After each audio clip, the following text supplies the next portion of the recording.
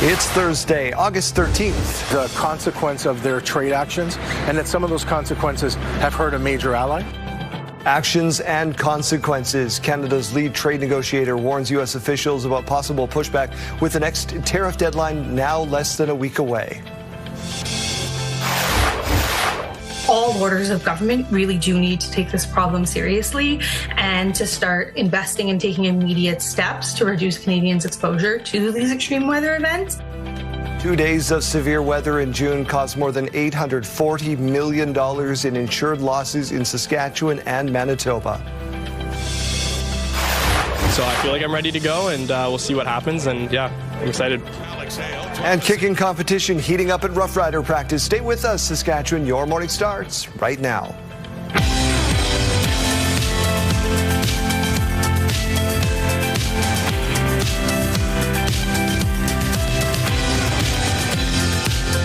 Welcome to Your Morning Saskatchewan. I'm Daryl. And I'm Kayleen. Good morning and happy Thursday. Solar eclipse wasn't the only celestial event. It was just the opening act for the Perseid meteor shower, expected to reach its peak last night, filling the sky with streaks of light. There's no partial or full view to worry about. People were able to enjoy the light show from places such as the desert dunes in northern China and the observatories in Croatia and Bosnia. Looking for clear skies to see like the remnants of what's left of this tonight, Kaylee. Yeah, well, unfortunately, we are seeing rain in parts of Saskatchewan today and into overnight hours into tomorrow. So no guarantees. Yeah, well, there's just such is life, right? 6:01. Let's get to news. We start with this. The Insurance Bureau of Canada says 2 days of severe weather in June caused more than $840 million in insured losses in Saskatchewan and over in Manitoba. Storms on June 9th and 10th, including this tornado in the Oxbow area, brought hail, damaging winds, torrential rain, and flash flooding, causing widespread damage in both provinces.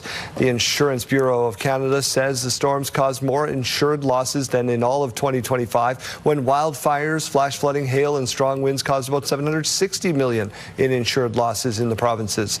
It says the frequency and severity of storms have increased in recent years, resulting in rising costs for insured damages and also putting pressure on insurance premiums.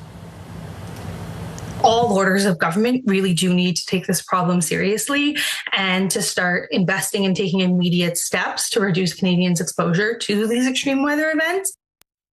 The Bureau says there are ways to reduce the damage, including giving homeowners incentives to make practical upgrades to protect their homes from severe weather. 2 women are now facing murder charges after bodies were found on Regina's Elphinstone Street. It happened on the 1100 block, as you know, of Elphinstone Street around 4:30 in the morning on Tuesday. Police found the bodies of a 42-year-old woman and 37-year-old man outside a home. Their names are not being released at the requests of their families. 19-year-old Patricia Stevenson and 42-year-old Rose Spavier facing second-degree murder charges and a pair of firearm charges as well. The investigation is ongoing. Crews in BC are working around the clock to try to bring several major wildfires under control. Now the Premier is pledging more support. Stands with you, and you're not alone in this moment. And we will continue to work with your local leadership to make sure that we're delivering the services and supports that are needed to get you back home as quickly as possible, and for those who have lost everything to begin that rebuilding work together. We visited a reception center set up for evacuees in Penticton. The Bald Range fire has now forced more than 12,000 people from their homes in Summerland. The fire moved so fast, wildfire crews had to pivot from fighting the flames to helping residents flee. Eby says the fire has taught important lessons about how quickly flames spread and is now promising an official review of emergency responses to that fire. He also said calling in the military to help is still an option. Waiting to get word of when we can go home. The process of working on this staged re-entry is underway. Fires in BC have now forced 20,000 people from their homes, and many are still waiting on word of when they can go back home or what they'll have to go back to. The province is now calling in a specialized disaster response team to assist with rapid damage assessments in Summerland. There are more than 100 fires burning across BC, about half of those out of control. Right now, which is 2 to 3 kilometers from where our vineyards are as the crow flies. As my winemaker said, it's not looking very good. The wine industry in the Okanagan Valley is feeling the impact, of course. Summerland is home to 24 wineries, and all of them are under evacuation order. Many winery operators are now wondering the smoke, how it will affect their grapes. Others say they will need to water their crops. Saskatoon's public art policy is here to stay. Jeremy Dodge, this has been a contentious debate, a lot of it going on. What's happening? Well, the latest, Daryl, city councillors have decided to keep the public art policy that has been criticized after $300,000 was spent on 3 plastic boulders to display around town. The policy makes it a requirement that capital project costs include a portion to be earmarked for public art.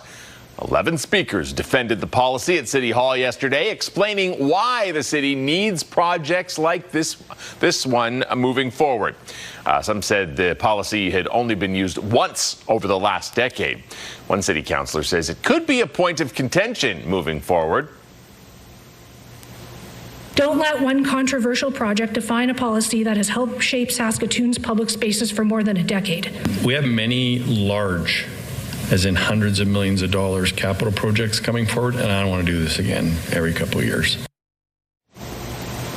The city says it will review and tweak the policy in a number of different ways. A recent discovery of metal signs dug up during groundwork near the Besborough Hotel are shining a spotlight on the history of Saskatoon's river valley. The Meewasin Valley Authority says about 100 metal signs were unearthed in July while they were doing trail enhancements.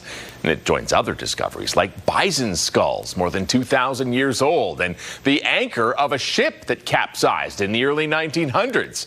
It seems that this part of the river valley was once used as a dumping area. Apparently there's still more in the ground. We just didn't bring them up when we were trenching, and we just had them in a pile at our staging area for construction, and a lot of people were walking by and noticed them and were interested to know more about them. He says a similar sign at an antique dealer in Edmonton, while in much better condition, was selling for $400. All right, Daryl. Well, plans have been delayed for an outdoor event and gathering place in Regina. It was to have been operational this summer with the site of several demolished buildings bordering the Fiaco Plaza on 12th Avenue. An additional building has been demolished since plans were first drawn up, so more time is apparently needed. Some of the changes to the site, in particular the demolition of the building that was on this portion of the space, the former Credit Foncier building, that impacted the plans and forced us to kind of wait it out a little bit more. $1.5 million project is funded by the federal government, the City of Regina, and Harvard Developments. Further details about the next plans will be revealed next week. A Quebec law making it optional for legislative members to swear an oath of allegiance to the King is now being challenged. Take the oath, there is a chance that the laws that they end up enacting will not have any legal validity because they are not actually legally entitled to sit in the National Assembly. Challenge comes from University of Ottawa law professor Lawrence David. He's arguing Quebec exceeded its constitutional powers. Lawrence also says without the oath, all future legislation in Quebec could be rejected in court. The law was passed in 2022 after 3 MNAs refused to swear the oath. More than 8,000 federal public servants have been approved for an early retirement package. This is all part of Ottawa's plan to trim down the size of the public service. Public servants had until July 24th to apply for an early retirement incentive program. It allows approved workers to retire with an immediate pension based on years of service with no reduction or for retiring early. Ottawa received a little more than 10,000 applications and 42 have been denied so far. Federal employees approved for the early retirement package must retire by January 20th of 2027. Salvation Army Community Church have a long-standing tradition in Regina of providing school supplies to students. This year, they are looking for the community's help to cover expenses.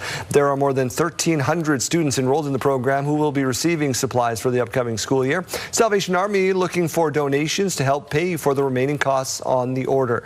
The nonprofit says donations of all sizes are welcome to help kids in the classroom. We often hear from families that they're having to choose between food on their table or school supplies. So if we can supply, a backpack full of supplies to those children and to those families, just to make sure that that's one pressure off of their plate, then it's an honor to be able to do so. This is the 15th year for the backpack program. Trevor Harris continues to knock down career milestones. Now in his 14th CFL season, the 40-year-old just crossed off another. Second and long, Harris. Off to the right, caught underneath, turning it up. Good yardage and a first down. That's Deshaun Mims. So this 22-yard pass to Deshaun Mims gave Harris 40,000 yards on his CFL career. If you go back 14 years ago, his first completion as a Toronto Argonaut was against the Rough Riders. 40,000 career passing yards is something only 11 other quarterbacks have done. But the kid from Waldo, Ohio says he doesn't get caught up in stats. The ups and downs and ebbs and flows, and to be able to do that on a professional level is something that just blows my mind. But again, I just try and stay focused on the small things, and I'm really thankful that I get to be the quarterback of this organization. I never, ever take it for granted. Harris needs 182 more passing yards to climb into 11th all-time in league history for passing yards. He's also on the brink of top 5 in Riders franchise history, needing 110 yards to pass Tom Burgess. So we'll pay attention to that as we get closer to game day. It is in Hamilton, so we want to watch the game on a patio out here in Saskatchewan. Can we do it?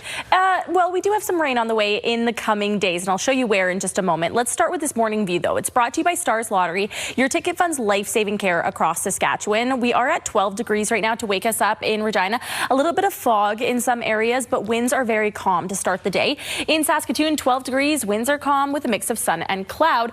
We do have some pretty cold spots in northern Saskatchewan right now to start the day. Stony Rapids is the official cold spot, only sitting right now at 3.4 degrees. That is up from only about 2 degrees just 30 minutes ago.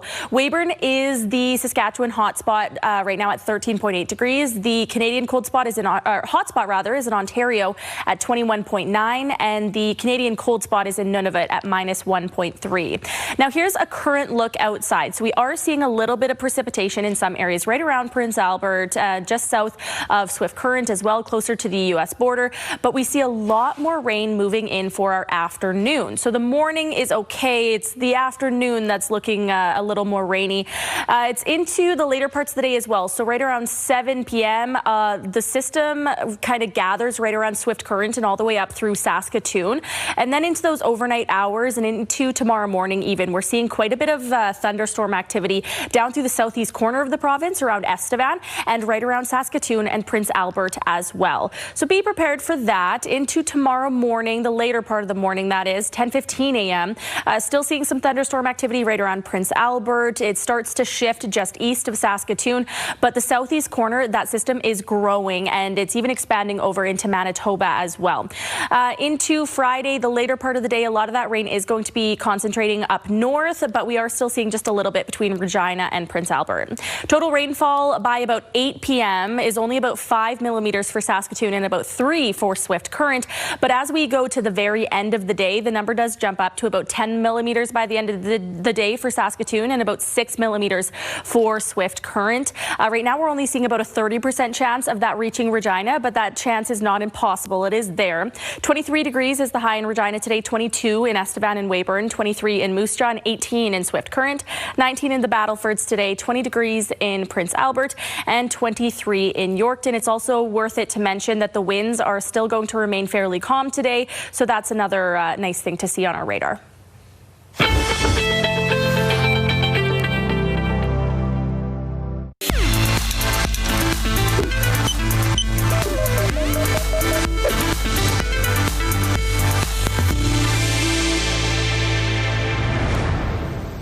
The Saskatchewan Cancer Agency is looking for people to participate in what they say is the largest health research project in the province. The Healthy Future Sask project needs participants. It will study cancer and chronic diseases with the goal of better prevention and care for future generations. One focus includes why some people develop disease and others do not. Adults between the ages of 30 and 84 with a Saskatchewan health card can join by completing an online questionnaire and optional in-person clinic visit. Enrollment ends next March. Health Report, brought to you in part by SEIU West, Saskatchewan's first healthcare union. All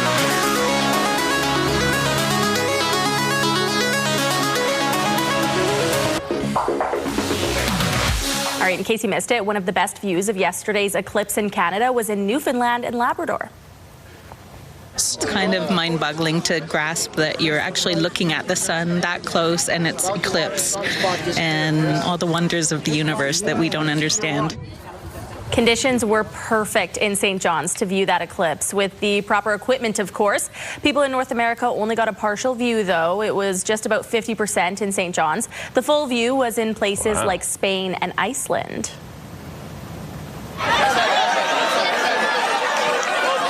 Millions of sky gazers turned up in Spain, which was in the path of totality, along with parts of Russia, Greenland, Iceland, and Portugal. This was Western Europe's first total solar eclipse in 27 years. NASA captured a unique view of the eclipse. This is footage taken from one of its high-altitude aircrafts flying in the sky above Iceland. Look at that. We're getting new views. Yeah. Oh, Man, see the outer edge. that is a bucket list experience. Totally.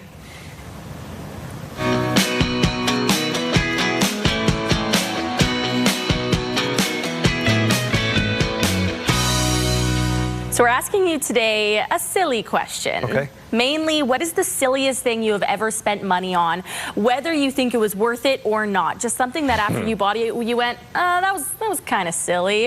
Have you ever spent money on something that was a little silly, Jeremy? Jeremy's got frivolous money. Taxes. No, I don't have. I'm kind of cheap. I second guess myself all the time, but I do own a replica WWE Championship title belt. Okay. So that probably counts. I also did the build your own lightsaber experience at Disneyland, and I mean it's cool, but I'm not sure it's like $300 American cool. Yeah. I'll tell you that much.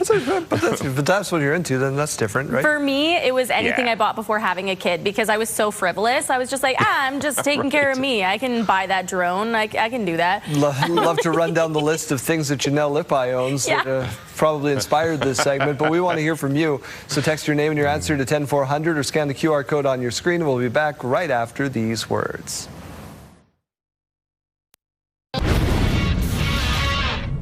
Hello and welcome inside the SportsCenter newsroom. Laura Dykin here with your must-see moment from Wednesday. For that, let's head to the south side of Chicago, the Windy City, where the Reds were visiting the Sox. Top of three, it's Matt McLean hitting one to left center. And look at Tristan Peters up to the challenge.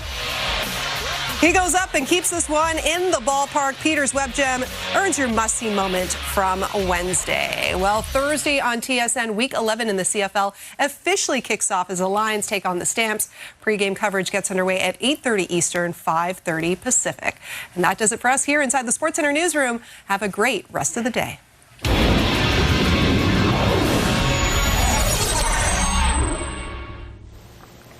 Now we check in with Mike Siona, who's reminding us that not all waste is the same. Mike. Well, chances are if you've got a house, you've got some leftover household hazardous waste that you need to dispose of. And we're here with Dan Gauthier to talk about the Household Hazardous Waste program here at the City of Saskatoon, because it really is critical that we dispose of these things the right way, isn't it? That's correct. You know, these are chemicals that are found in your house, and shouldn't be going into the landfill, into your black bin, and into your recycling bin, down the drain, or on the ground. We have a free drop-off service here for household hazardous waste. It's on every Wednesday from 8:30 till 4, and we have 2 weekend events, Saturday the 15th, also 8:30 till 4, and September 26th from 8:30 till 4 as well. Perfect. If you didn't catch that, that's 8:30 to 4, either on Wednesdays or this coming Saturday or that other date into September. What kind of materials are we talking about, by the way, when we talk about household hazardous waste? So think about anything that you have that is with that hazard symbol on it. It'll be danger, poison, explosive, anything like that here. And common examples can be your cylinders, your cylinders, household cleaners, automotive fluids, and your yard chemicals. Okay, well, there you go. We're going to keep talking about it, including the number one thing that seems to come in here on HAW Day, and that is batteries. All right, Mike, thank you very much. We'll check back in with you a little after 7. All right, travelers, here's a look at your national forecast. A sunny day in Vancouver, up to 26 degrees. The prairies, though, quite damp today with all that rain. Calgary up to 11 degrees. Edmonton, 16 degrees. Winnipeg with some rain, up to 25 degrees today. In Toronto, we're seeing a mix of sun and cloud, up to 27. Ottawa, 26. Montreal, 24 degrees. Fredericton with a risk of some thunderstorms, 26 degrees. Some rain in Halifax, 25. And St. John's with a bit more of that sunshine today than what they have been seeing in previous days, up to 23 degrees. As we go to break, here is a look at your gas prices in Regina. Your average price is $162.9. You could find it for as low as $145.9. In Saskatoon, your average price is up slightly today. It's at $161.9, and you could find it for as low as $151.9. In the farm markets, we find the street price of canola at $742.45 per ton. The futures price at $794.40 per ton. Amber Durum wheat at $272.48 per ton, and Red Spring wheat at $276.33 per ton. And the Canadian dollar is down today. It's now at 71.79 cents U.S. The kicking competition ramping up at Ryder practice. Details in 3 minutes.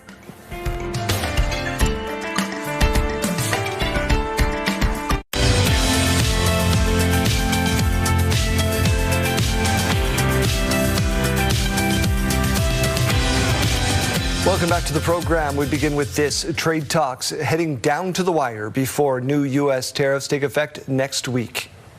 Demonstrably different than at any time over the last year and a half, and that the Americans are also speaking in real terms. They know the consequence of their trade actions.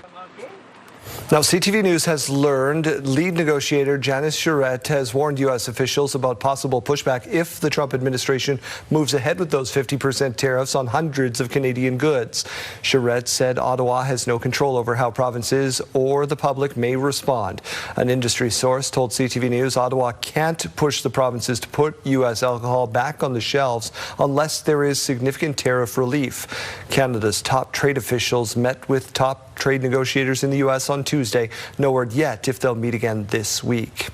Prince Albert Police, Grand Council, and the family of a missing girl renewing calls for information following her disappearance. 14-year-old Peyton Flett was reported missing June 30th. Police say she was last seen between June 16th and 17th near John Diefenbaker School and later in the area of Marquise Road and Central Avenue. She is described as about 5'4", 115 pounds, was last seen wearing Christmas pajama pants. Her family are asking anyone to come forward with information, even if it may seem insignificant. In 7 days, on August 19th, Peyton will be turning 15 years old. She should be at home with us celebrating her birthday. Anyone with information can reach out to the police, Grand Council, or Crime Stoppers. A rally in Kamsack is calling for answers into the death of Gerald Straightnose, who died in RCMP custody last year. Less than 48 hours after being taken into custody at the Kamsack RCMP detachment, he was found unresponsive in his cell, where he was pronounced dead on June 5th. As an investigation continues by the Saskatchewan Serious Incident Response Team, Straightnose's friends and family are calling for an update. That's the kind of answers I'm seeking. I want to know what happened to him from the moment he walked in till they took him out on that gurney. In a statement to CTV News, the Ministry of Justice said the investigation is ongoing and it cannot provide any additional information at this time. CERT's policy is to, once the investigation is complete, the results will be shared within 90 days. A 52-year-old man from the Moosomin area has been criminally charged over allegedly altering cattle brands. RCMP say 197 head of cattle were inspected during the investigation that began last month. Police found an altered brand was applied over top of the original original brand on 99 head of cattle, while the other 98 were fraudulently branded with a new brand. Kelly Stephen from the RM of Martin faces 1 count of altering a brand and 1 count of fraud over $5,000. He'll be in court next month. The NDP opposition held a Moose Jaw town hall to talk about proposed AI data centers. The $485 million project would be built on the site of the former Valley View Centre. The NDP say the people attending the meeting wanted more government transparency. The people in Moose Jaw were loud and clear, and I hope Megan Patterson and Tim McLeod are willing to meet with them, talk to them, remember who they serve, and provide them some basic information. Moose Jaw MLA Tim McLeod previously stated the government would not supply electricity to the data center. The government says the project is not proceeding. Festival season is officially here in Yorkton with the first trucks rolling into the Gallagher Centre exhibition grounds. It may not look like a whole lot right now, but the stage and tents will be set up by this evening, ready to welcome everybody. The first music, Living Skies Music Festival. The 2-day event starts Friday night to celebration of country music. And it's a big event that brings people from all over the province and all over our region together to Yorkton to celebrate summer and listen to some live music and have a great time. The mayor asks festival goers to keep an eye on social media pages for events. A week after signing Canadian kicker Dawson Hodge, the Riders may be giving the rookie out of Wilfrid Laurier a shot this week. Hodge took the vast majority of kicks in practice, including splitting the uprights on a 57-yarder. Decision yet to be made, though. We put Dawson through the ringer like we did with the kickers in camp. You know, he never had a chance to do that. So put him through the ringer today, a little pressure cooker situation. But yeah, well, like anything else, we'll make a decision at the end of the week. How did he look today? He looked pretty good. It'd be special. I've been waiting for an opportunity to do that. I've had a few preseasons now to get ready. So I feel like I'm ready to go, and we'll see what happens. And yeah, I'm excited. Riders face Hamilton this week. Parents and toddlers everywhere, prepare yourselves. Jump. I'm so happy. Jump, clap. I'm so happy today. Jump, clap, spin, stomp, stomp. Hey, YouTube sensation Ms. Rachel and her husband Aaron are set to release their debut album, I'm So Happy. It's got 23 tracks, comes out September 25th. Ms. Rachel has reached up billions of views online and now streams on Netflix as well. If you're a parent of a toddler like we are, Kayleen, you know all about this. Wyatt sent in this photo, too, of a bear just doing a little fishing out at Martin's Lake. Beautiful photo there. I hope you were keeping a distance. Safe enough for that telephoto lens, at least. Yeah, absolutely gorgeous shot. Thank you so much for sending that in. We always want to see your photos. Here's a reminder. We love to share them. Send those to us at yourmorningsaskatchewan at ctv.ca. Let's turn our attention outside now. We're at 12 degrees, a little bit of fog through Regina to start the day, but winds are calm. Winds are also calm through central Saskatchewan this hour. In Saskatoon, we're at 12 degrees with a mix of sun and cloud. Here's a look at wind gusts for the rest of your afternoon. We're seeing winds picking up just slightly in southern Alberta today and a little bit below the border. But other than that, Saskatchewan winds are going to be very calm today with a little bit of rain on the way. Current temperatures, though, a little bit chilly to start the day. We're only at 4 degrees in Stony Rapids. All those areas with the blue shading where we are a little bit cooler. 8 degrees in Melfort, 7 degrees in Hudson Bay, 12 degrees, though, through Spiritwood. Down in the south, more of those single digits, 9 degrees in Moose Jaw and Assiniboia, 8 degrees in Yorkton, 7 degrees in Wynyard, 11 in Estevan, and 14 in Weyburn to start the day. Today's temperatures are still below the average. That has remained throughout this week, and that is going to remain tomorrow when we're actually expecting to see temperatures dipping a little bit for some areas. 20 degrees in Prince Albert today, though, with some rain. 19 degrees in the Battlefords, also expecting some rain, and 21 in Saskatoon. You see the rain icon there. It's likely not going to be the earlier part of the day, but the later part of your day into around the supper time hours and into overnight as well. 23 in Regina today. You do see that rain icon there as well. Right now, we're only tracking about a 30% chance of any of that rain reaching us here. 23 in Moose Jaw, though, with a bit of fog to start the day. 18 in Swift Current and 22 degrees in Estevan today. Here's a look at that 7-day forecast. So again, we said about a 30% chance of us getting some rain today. Tomorrow, the chance is a little bit higher. 19 degrees as temperatures drop up to 20 degrees, though, for Saturday. Mix of sun and cloud. Sunday, though, 25 degrees. We're tracking tracking some sunshine for the earlier part of the afternoon, but later in the day, again, supper time and later, we are seeing the chance of some rain moving in. Monday, 25 degrees, chance of some evening rain, 21 on Tuesday and 23 on Wednesday. In Saskatoon, again, some more rain tomorrow, 18 degrees, 21 on Saturday, 24 on Sunday, chance of some evening rain, and a higher chance of seeing some earlier afternoon rain and risk of some thunderstorms on Monday with that high of 25, 20 degrees on Tuesday with that sunshine, and 23 on Wednesday with mainly cloudy skies.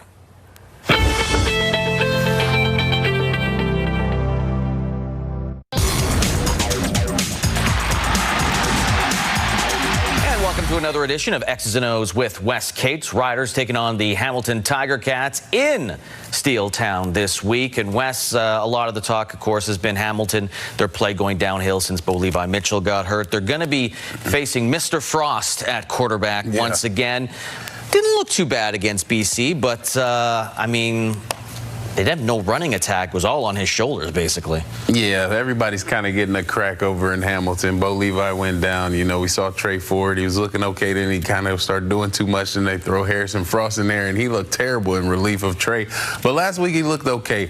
I wasn't too impressed, though. He was doing better at protecting the football. He did have one interception, but they really didn't move the ball well. Basically, Kenny Lawler got some looks.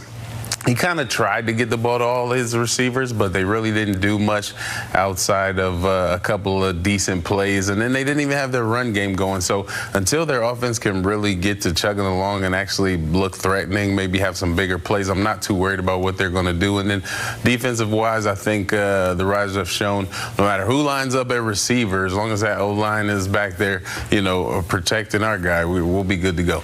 Yeah, when Dolagala started for the Hamilton Tiger Cats at Mosaic Stadium when the Riders beat them pretty handily. Yeah, they could not throw the ball against the Saskatchewan Rough Riders, and I just think that this defense, they're kind of showing a little bit more. I know it was Ottawa last week. A lot of people see them as the worst, if not, they haven't won a game, they're the worst. But they look good. They were able to make the stops when they needed to be and finally got that interception from their secondary.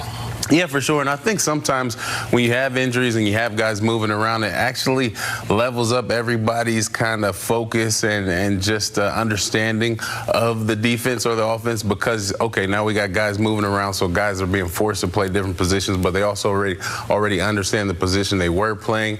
Then you're a little less anxious about getting in because you're like, well, I'm going to get a chance because it seems like everybody's getting a chance. So I think even though there's been some hurdles and some bumps and bruises that have gone along with that, it's helped the secondary and helped the Riders defense. So I think the fact that guys have had to move around and adjust is making everybody just a little more aware of what everybody's role is.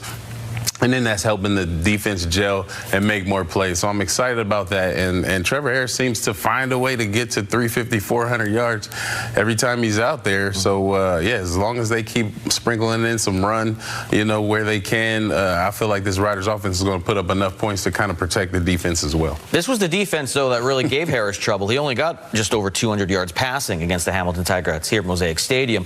So what do you feel they need to do? They obviously showed that their receivers that are filled in for guys like Schaefer, Baker, and Emelis can do the job, but what do you need to see from them here on the road?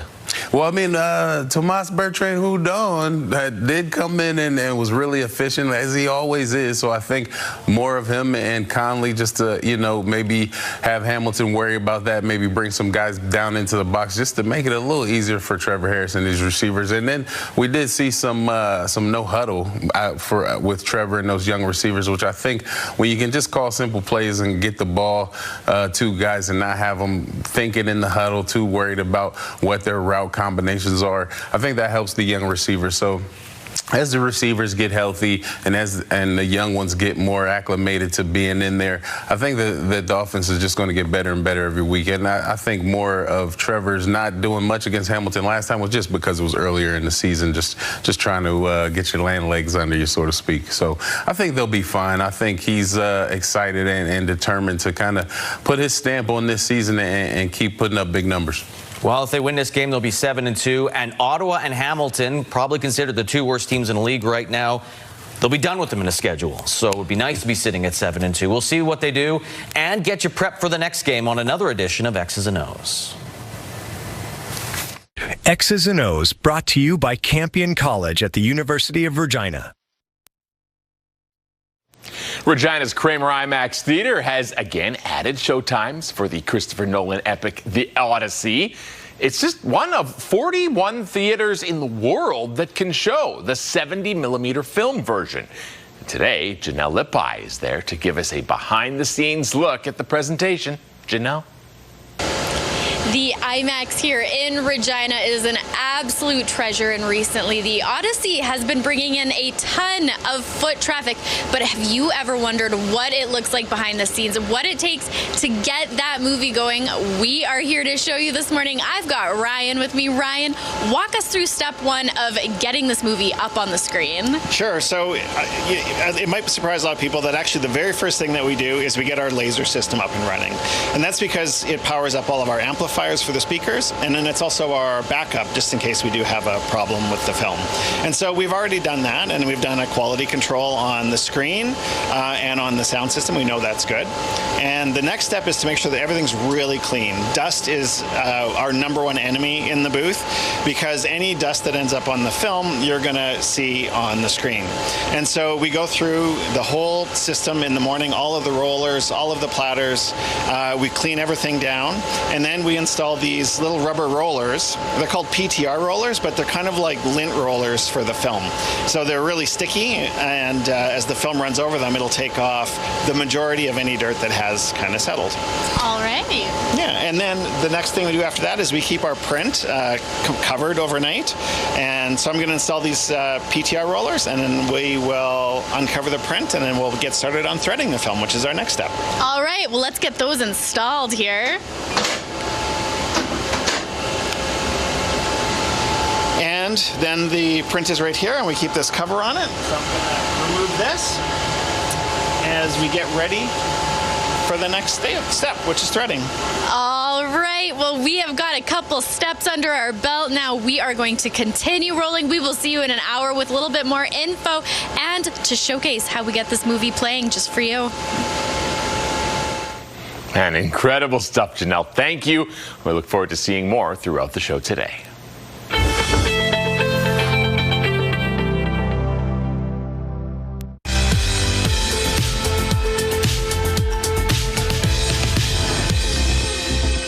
August 13th, and we have these milestones to share with you. We'll start off with a big happy birthday going out to Annie. She's turning 1. Lots of love from your grandma, Sherry. Turning 5 years old today is Avery. Happy birthday to you. We hope your day is super special. Happy 24th birthday to Rylan, the charter member of the Daryl Rummold fan club. Lots of love from your mom, Ryan, and Ernie. Turning 30 years old today is Star. Happy birthday to you from your mom and the rest of the family. Happy birthday to Angela. We hope you have a great day. Lots of love from Lori and Eric. Also celebrating today is David. Happy birthday. Have a great day and a great year ahead. Lots of love from your family and friends. Happy birthday to Spencer. We hope it's a great one with lots of love from your wife, Taylor, and daughter, Winnie. We're also sending happy birthday wishes to Pat, a loving grandma and great grandma. Lots of love from your husband and all the family. And we're sending a very happy anniversary wish out to Nolan and Haley today on their 10th wedding anniversary. Wishing you a lifetime of love and happiness from all of your family. Milestones, brought to you by Harbor Landing Village, an award-winning senior care and living community in Regina. If you have a milestone coming up, send us an email to yourmorningsaskatchewan@ctv.ca or simply scan that QR code on your screen. Please send those in at least 1 day in advance. I assume that you are also celebrating, as many people are, the release of Miss Rachel's first album in September. Miss Rachel. Yeah, it's going to be high rotation on Pure Country, I imagine, right? I am so excited. Here, I was going to mention, like, Luke Combs has a countdown on his website right now. 7 minutes and 20 seconds left, but forget that. Forget that. Miss Rachel taking things over here this morning.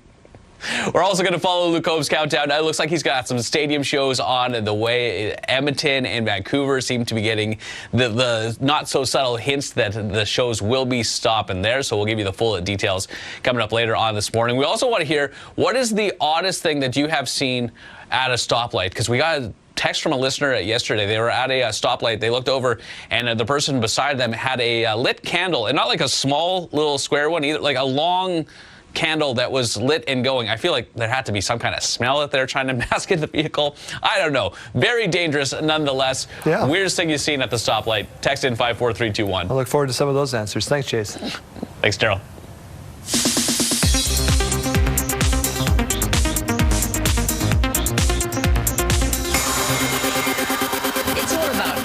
And we got on wonderfully. Julie Andrews has got on wonderfully for decades, but her on-screen career appears over. The 90-year-old legend told In Style she won't return for the third Princess Diaries film currently being developed. Andrews said, "I think I'm retired, really, when it comes to on-screen acting, though the Oscar and Emmy winner has done voice work for film and television in recent years." I encourage people to take this opportunity to be humbled before this living classroom that we have entrusted to us. Every national park you go to is a different world. This park has stories, but here's the thing. The story's not done yet. Out There, a national park story follows two longtime friends whose summer road trip turned into a 7-year journey, discovering both the parks and the people who visit and protect them. The documentary begins streaming August 22nd at outthere.film, and through September 26th, part of the proceeds from every digital rental and purchase goes to benefit the National Parks Conservation Association. Thinking of Yosemite and Hollywood, I'm David Daniel.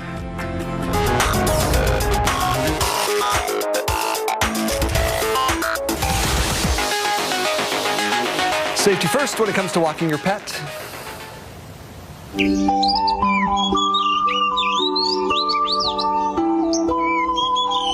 keep joking that I should do this to my wife in stores, like tie a balloon to her so I can see where she is in Costco, because phones don't work in that contraption. This is Morty the Tortie, gets lost in the grass, so the owner took matters into their own hands. I love it. This is when Janelle would say that she feels very maternal towards Morty the Tortie. Well, 15 million views, a lot of people have. Yeah. Cute. Love that video. Sound effects are often added to enhance a movie or a video, and these do just that. Take a look.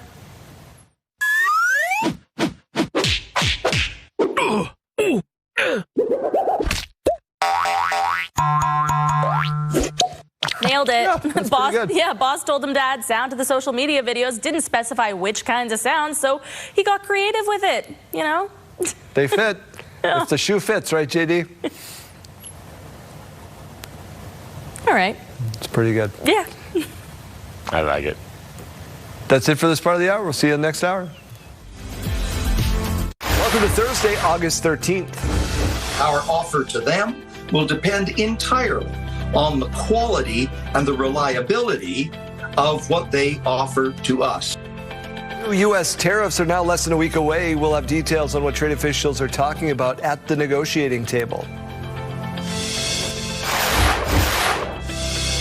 The people in Moose Jaw were loud and clear, and I hope Megan Patterson and Tim McLeod are willing to meet with them, talk to them, remember who they serve, and provide them some basic information. Applications for the opposition held a town hall meeting to talk about data centers in Moose Jaw. Apparently there's still more in the ground. We just didn't bring them up when we were trenching. Recent discovery of metal signs dug up near the Besborough in Saskatoon, shining a spotlight on history of the river valley. Stay with us, Saskatchewan. Your morning starts right now.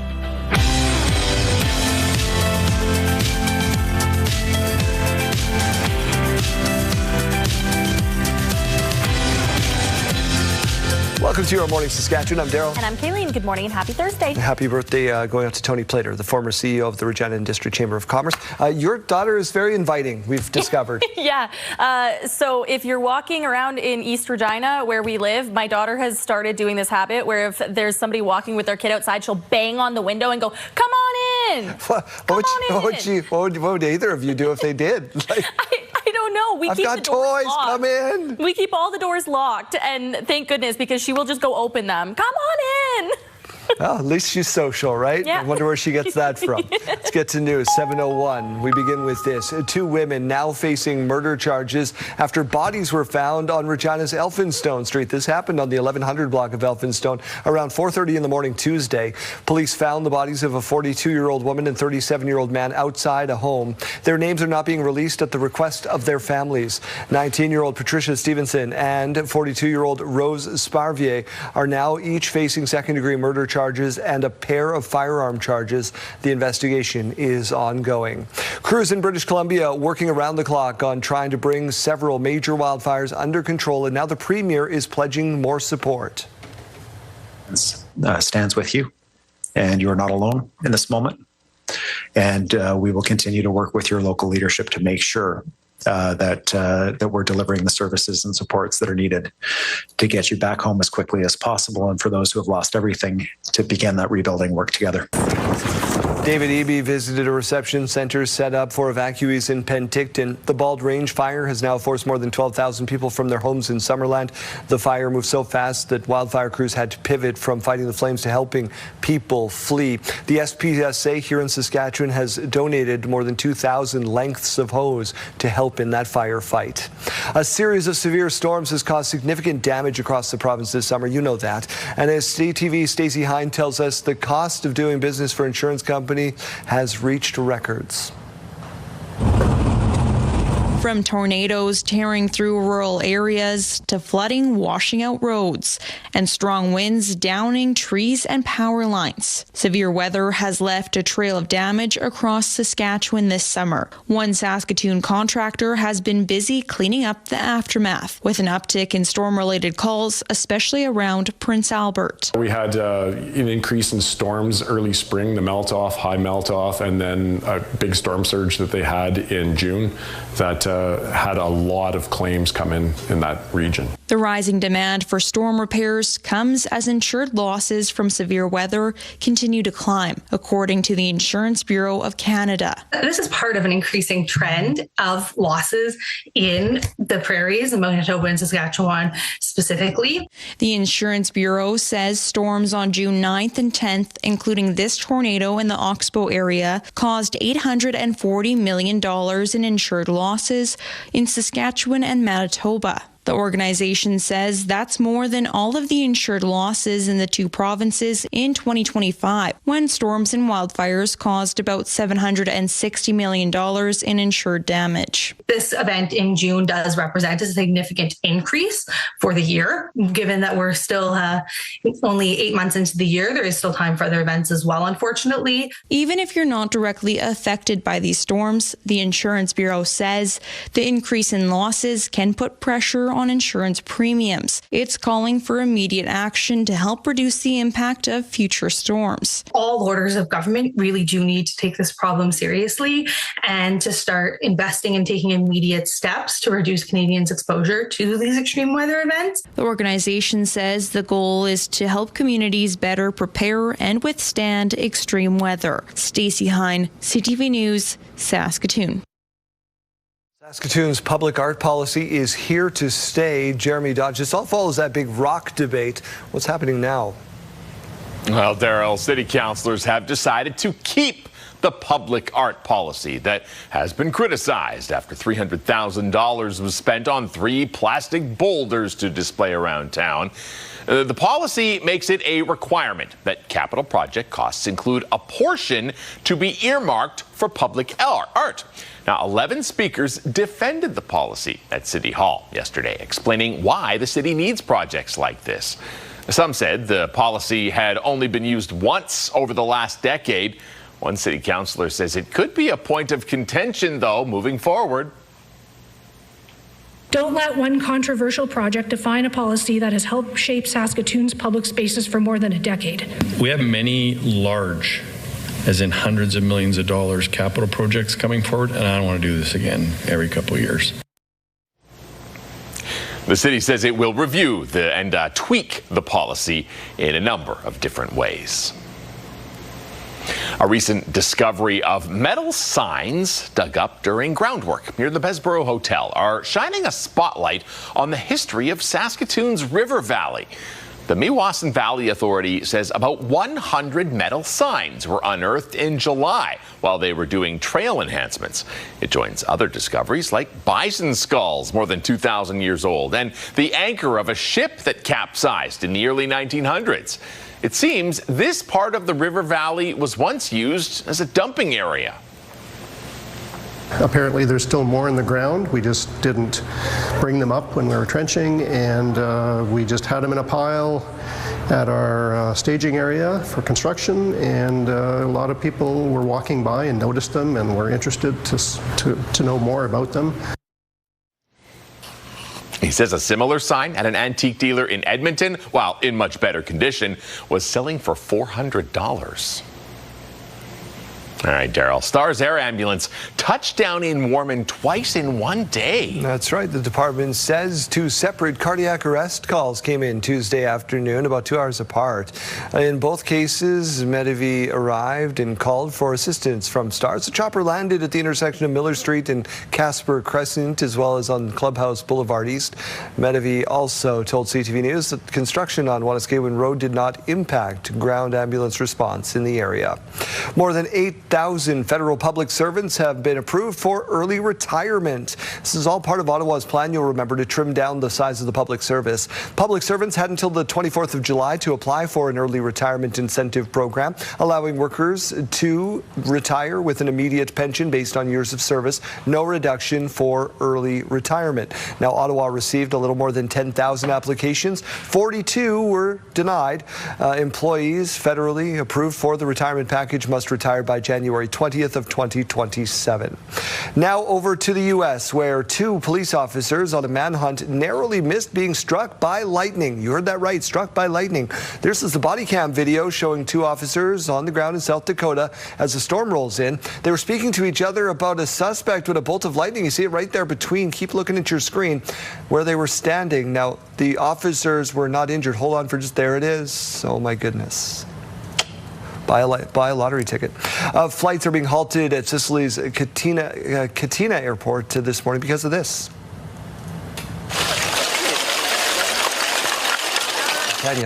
Mount Etna continues to sprue lava and volcanic ash, disrupting travel during peak season.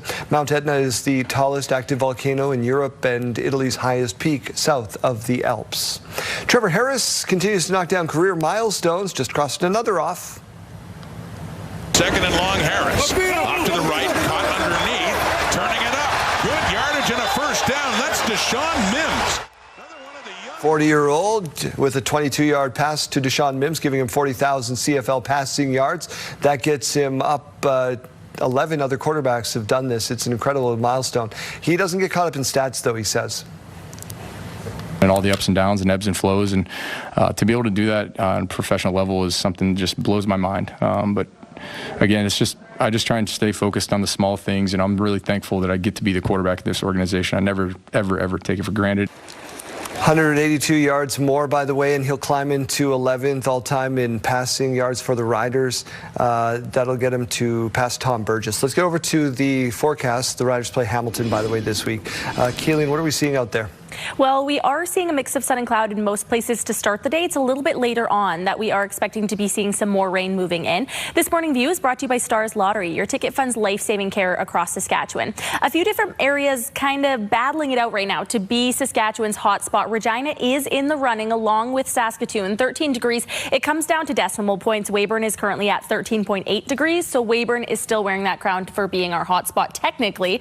A mix of sun and cloud, though, with winds very calm to start the day. 13 again in Saskatoon, so also in the running for being the hotspot this hour in the province. Just a little bit more cloud cover there, though. So we talked about the hotspot, Weyburn. The Saskatchewan cold spot is still Stony Rapids at 4.6 degrees. The Canadian hotspot has changed. It's in Halifax now at 22.3 degrees, and the cold spot in the country is still Nunavut, minus 1.3. Here's a current look outside where we are seeing just a little bit of precipitation to start the day, but it does grow quite a bit into the afternoon. This is at about 2:15.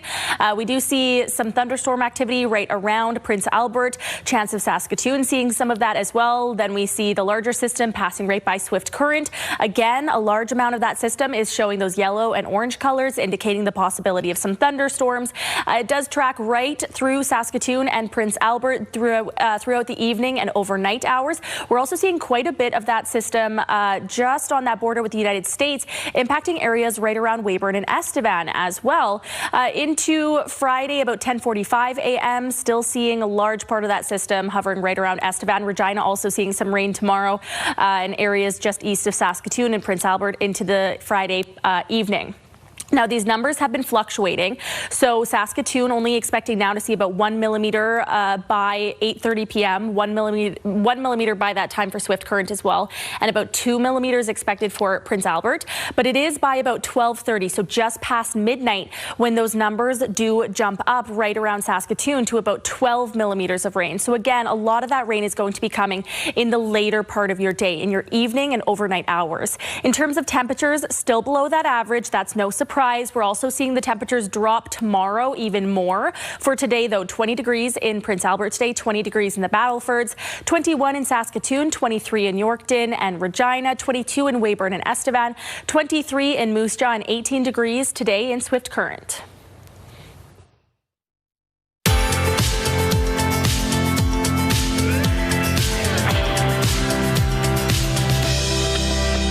Taking a look at our rural forecast now, we're seeing highs of 17 in Meadow Lake, Spiritwood and Lloydminster, 21 in Watrous with some rain, 22 in Outlook with some cloud cover today, and 22 in Wynyard. A little bit more sunshine expected there. More rain down south, 16 in Maple Creek, 20 degrees in Assiniboia, 20 degrees in Coronach, and a bit more of that sunshine through the far southeast corner, Broadview and Carlisle, up to 22 degrees. Let's take a look at St. Walburg, where internet plans up to 1 gig are available from SaskTel. 16 degrees this afternoon, so below that average still. Chance of rain, about a 30% risk of some thunderstorms today. Winds still will be remaining calm, only coming in up to 20 kilometers per hour. Let's go back out to our Mike Siona now, who has the environment top of mind this morning. Mike.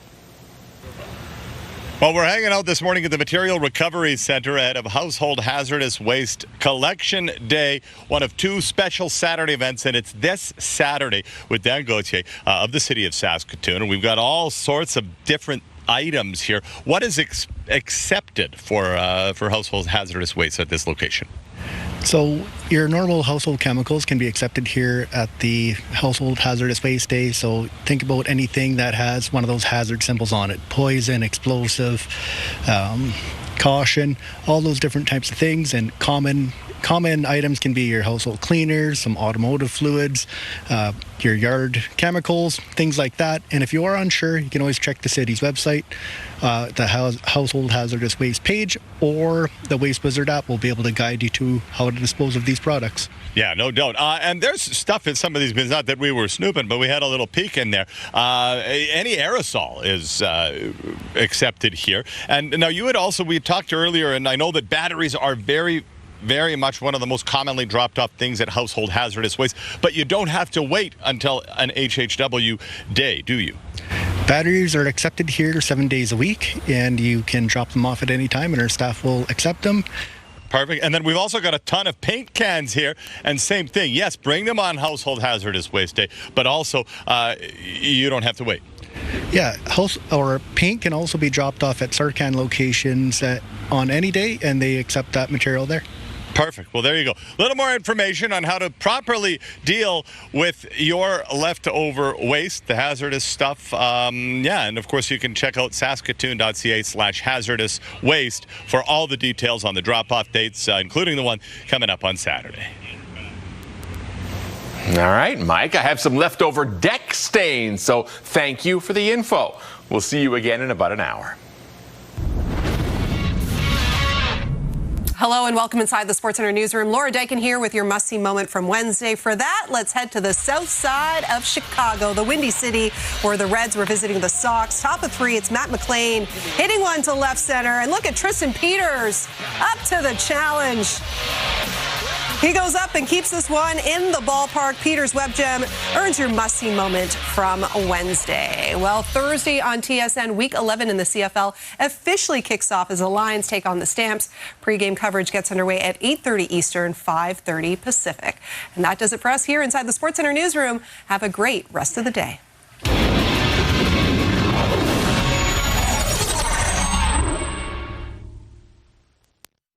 Chicago White Sox in the must-see moment because they must have had some divine intervention. They just held a special event to honor one of their most noteworthy fans. It was Pope Night at the ballpark on the south side of Chicago earlier this week. You may know that Pope Leo is a White Sox fan. Shortly after the conclave last year, images of him watching the White Sox in the 2005 World Series were found and shared widely.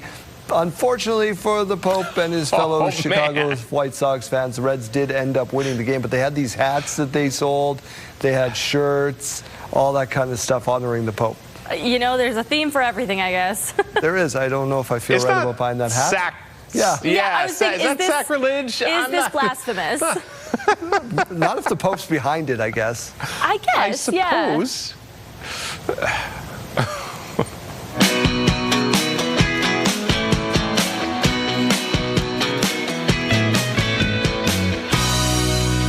So all those things are flowing together now. So maybe that's the silliest thing you've ever spent some money on was that hat at the ballpark. Yeah, we are asking you, what is the silliest thing that you have ever spent money on? Just a few answers coming into our inbox so far. Susan saying she doesn't consider it silly necessarily, but she has spent a lot of money on her fairly big Lego collection.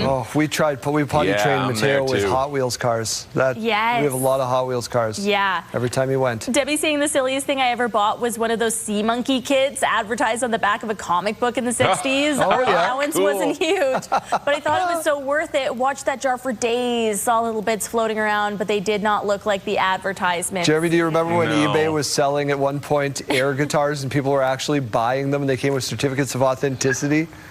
Do you remember this? I don't remember that. Oh, what a scam. Brilliant scam. Oh, solid work. Get rich quick. Kim saying a few years ago, before smart TVs, you could buy special 3D glasses and switch your TV into 3D mode. Oh, I had that. You could then still have that. Yeah, you could watch a movie or show on your home TV in 3D. Very cool. Well, my brilliant husband purchased some 3D glasses online for a steal of a deal. Oh. When they arrived, we found out they were just the frames, no lenses. We still have them to tease him, though. Yeah, fair enough. Kevin saying I spent way too much money on 1990s Tommy Hilfiger sweaters. Had a closet full. Hey, if you still have them, you probably make money off those. Yeah, they're selling them again. They're coming back in a big way. Text us your name and your answer, though. What's the silliest thing that you have ever spent money on, and do you regret it, or was it worth it in the end? Text us your name and your answer to 10400. Standard message rates may apply, or scan that QR code on your screen. Studio consideration provided by Father's Furniture, specializing in quality Canadian-made furniture.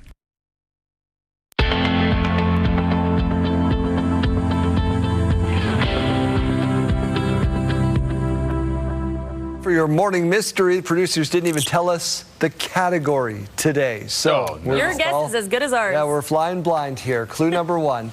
This can be found in the sky, but I'm not a bird. Okay. People often make wishes upon these, and this time of year you can sometimes spot hundreds of them in a single night. Easy.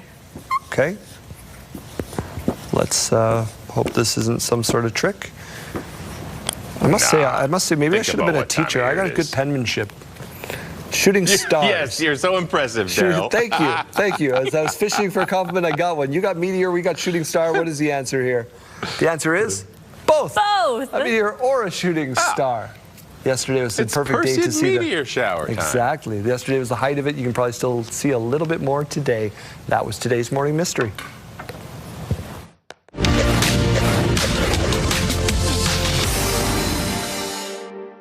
Canadian Tire reported a jump in second quarter profit as World Cup driven sales at its Sport Chek sporting goods banner offset weather-related drags at its flagship retail stores. The Canadian retailer on Thursday posted higher net income, 214.2 million Canadian, up from 132.3 million a year ago.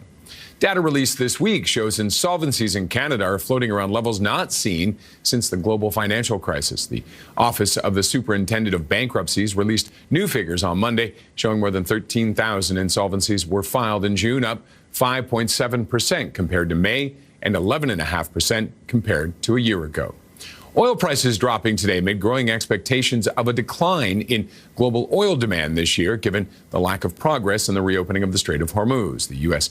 Energy Information Administration data released on the 12th shows that U.S. crude oil inventories rose at their fastest weekly pace since January of 23 as exports declined. This comes after the OPEC and International Energy Agency lowered their forecast for global oil demand growth in 26 in their monthly report. Those are your morning business headlines. For BNN Bloomberg, I'm Roger Peterson. Time now for a look at our national forecast. Some sunshine in Vancouver today, up to 26 degrees, but the rain taking over the prairies. Edmonton up to 16 with that rain. Calgary 12 degrees and rain over in Winnipeg as well, but a little bit warmer, up to 25 degrees today. In Toronto, 27, mix of sun and cloud. 26 in Ottawa today. Montreal 24, chance of rain, risk of thunderstorms in Fredericton, 26 degrees. 26 in Halifax with that rain, and some more sunshine in St. John's today compared to what they have been seeing in the past few days with all that cloud cover. 22 degrees will be the high. As we go to break, here is a look at your gas prices in Regina. Your average price, $162.9. You could find it for as low as $145.9. In Saskatoon, your average price, $161.9. And you could find it for as low as $151.9. In the farm markets, we find the street price of canola at $742.45 per ton. The futures price, $794.40 per ton. Amber durum wheat, $272.48 per ton. Red spring wheat, $276.33 per ton. The Canadian dollar falls just slightly today. It's now at 71.79 cents U.S. Coming up, what Moose Jaw residents are saying about a proposed AI data center. Find out when we come back.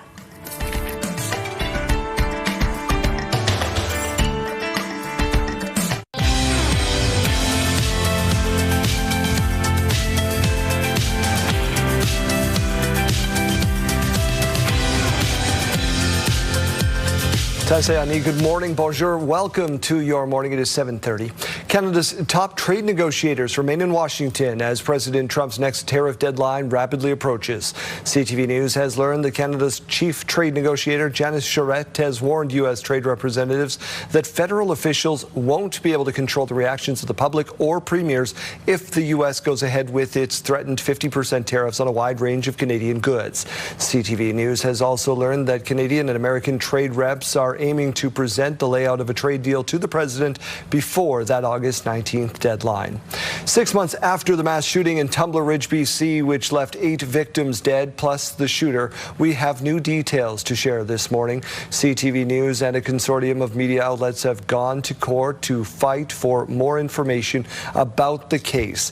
Our CMP documents highlight a number of new details, including initial police confusion about the number of shooters tied to the various names Jesse Van Rutselaar had used before identifying as a woman. We're also learning the FBI contacted Canadian investigators to alert them about Van Rutselaar's 2 ChatGPT accounts. On the screen, you'll see a production order sent to OpenAI, which is the company's is ordered to hand over communication and subscriber information to Mounties. Since the shooting, OpenAI has apologized for failing to alert police about the concerning activity. Prince Albert Police, the Prince Albert Grand Council, and the family of a missing girl are renewing calls for information following the disappearance. 14-year-old Peyton Flett was reported missing June 30th. Police say she was last seen on June 16th and 17th near John Diefenbaker School, later in the area of Marquise Road and Central Avenue. She is described as around 5'4" with 115 pounds, wearing Christmas pajamas at the time she went. Her family and his friends are asking anyone that any information, even if it may seem insignificant, to come forward. In 7 News on August 19, Peyton will be turning 15 years old. She should be at home with us celebrating her birthday. If you know anything, contact Crime Stoppers. The Saskatchewan NDP held an open house in Moose Jaw to talk about a proposed AI data center. It says people attending want more transparency about that project. The government says speculation about the projects they haven't approved do not exist, and nor are they productive or informative. Wayne Mantika with both sides. The NDP returned to the Legislative Building following a Moose Jaw Town Hall meeting about a proposed AI data center. The people in Moose Jaw were loud and clear, and I hope Megan Patterson and Tim McLeod are willing to meet with them, talk to them, remember who they serve, and provide them some basic information. The proposed $485 million AI data center would be built on the grounds of the former Valley View Center. Over 6,000 people have signed an online petition opposing the project because of its close proximity to a nature refuge. People want answers. They deserve transparency from the government. So we're going to continue to ask questions, and hopefully this government will finally respond. The provincial government has stated that it will not supply electricity to the data center, effectively killing the proposal in its current form. In a written statement, the province said the government has already confirmed that the proposed AI data center is not proceeding. There is no application before government, no approval being considered, and therefore no information to provide. The provincial government has not said that there can never be a data center in Moose Jaw. It could be built in a different location. The NDP would be open to considering that, provided there was consultation and community support. Wayne Mantika, CTV News, Regina. At least 3 people are dead after a massive drone and missile strike on a port in southwestern Russia. An 8-year-old child was among the dead and 24 people injured. The attack has damaged 2 major grain export terminals and also hit the last large Russian naval base on the Black Sea. Ukraine says 4 Russian warships were hit. Russia has not commented. This also comes as Ukrainian President Volodymyr Zelensky pleads for more interceptor missiles to fight back against a surge of Russian ballistic missile attacks. The World Health Organization is saying the current Ebola outbreak in the Democratic Republic of Congo could become the deadliest on record. The outbreak has been declared on May 15th and claimed 2 more lives, 2,000 more plus. There have been at least 4,300 cases so far. WHO officials say they're hoping to reverse the spread of the disease within 3 months. They've also warned that doing so would not mean completely ending the outbreak. There is no vaccine or drug that can treat this Ebola virus. White House Press Secretary Caroline Leavitt is stepping down. The 28-year-old Leavitt is the youngest person to serve in that role. Having recently come back from maternity leave, Leavitt says she's leaving the White House to spend more time with her young family. In a post thanking Leavitt for her service, President Donald Trump says she will remain a top outside advisor. It's day 3 this morning, kicking off the Junior Boys National Golf Championships of the Wascana Country Club. The field was cut down to 70 in the competition, players all under the age of 19. You kind of want to play as much as you can and get just kind of reps in tournaments and understanding what it's like to play in tournaments and how it's different than a regular round. And you kind of figure what's good in your game, what's bad, you work from there. You can check out the action by going to the Wascana Country Club. It is free to go and attend. Dawson Liu is your leader at 11 under, by the way. Let's get over to this. Soon you'll be able to listen to Ms. Rachel's music anywhere, and that has a lot of people happy about that. I'm so happy, jump. I'm so happy, jump, clap. I'm so happy today. Jump, clap, spin, stomp, stomp, hey. Ms. Rachel's first album, called I'm So Happy, is dropping next month. It'll have 23 fan favorite songs, including I'm So Happy, as well as Big Feelings and Hop Little Bunnies, Aria's personal favorite, my daughter.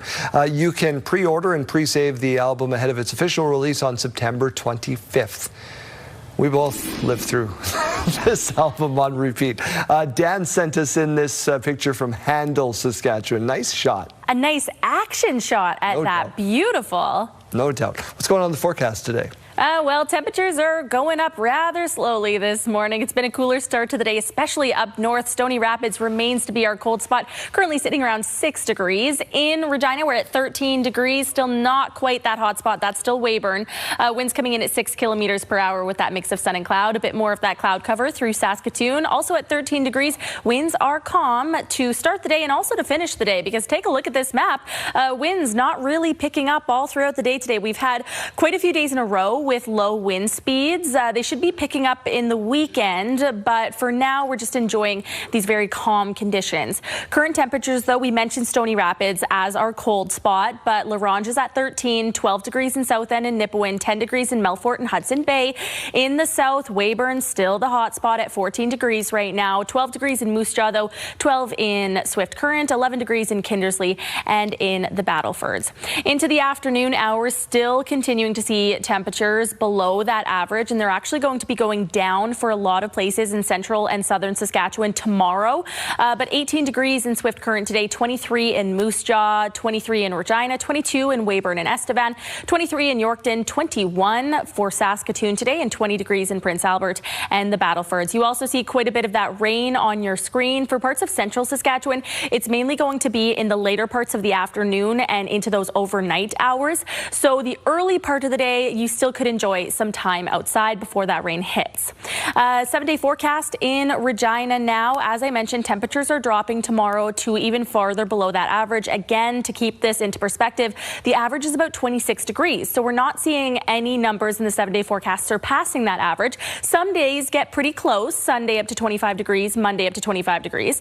However, Sunday and Monday, we're currently seeing the early afternoon with a mix of sun and cloud, but into the evening hours with some chance of rain. 21 on Tuesday, though, and 23 on Wednesday. In Saskatoon, again, temperatures dropping tomorrow to about 18 degrees. More rain on the way. 21 by Saturday, 24 on Sunday. Again, we are seeing the chance of some rain starting late in the evening on Sunday, carrying through overnight and continuing through Monday for the early part of your afternoon. This also does escalate a bit on Monday afternoon, up to a risk of some thunderstorms coming along with that. The sun coming out on Tuesday, though, 20 degrees, and 23 by Wednesday with the mix of sun and cloud.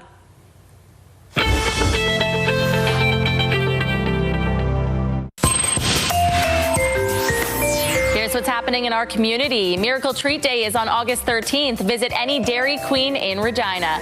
A social dance is on August 14th, 7:30 p.m. at 2134 Winnipeg Street. Call 306-529-6381. The Peach Sale and Cafe is on August 15th, 9 a.m. at 142 Massey Road. Email emmanuelanglicanregina.ca. And Mama Bear's Block Party is on August 15th, 7 p.m. at 129 Mountain Street in Strasbourg. Call 306-729-4371. Submit your event to our community by visiting our website, ctvregina.ca, and click Community Calendar or scan the QR code on your screen.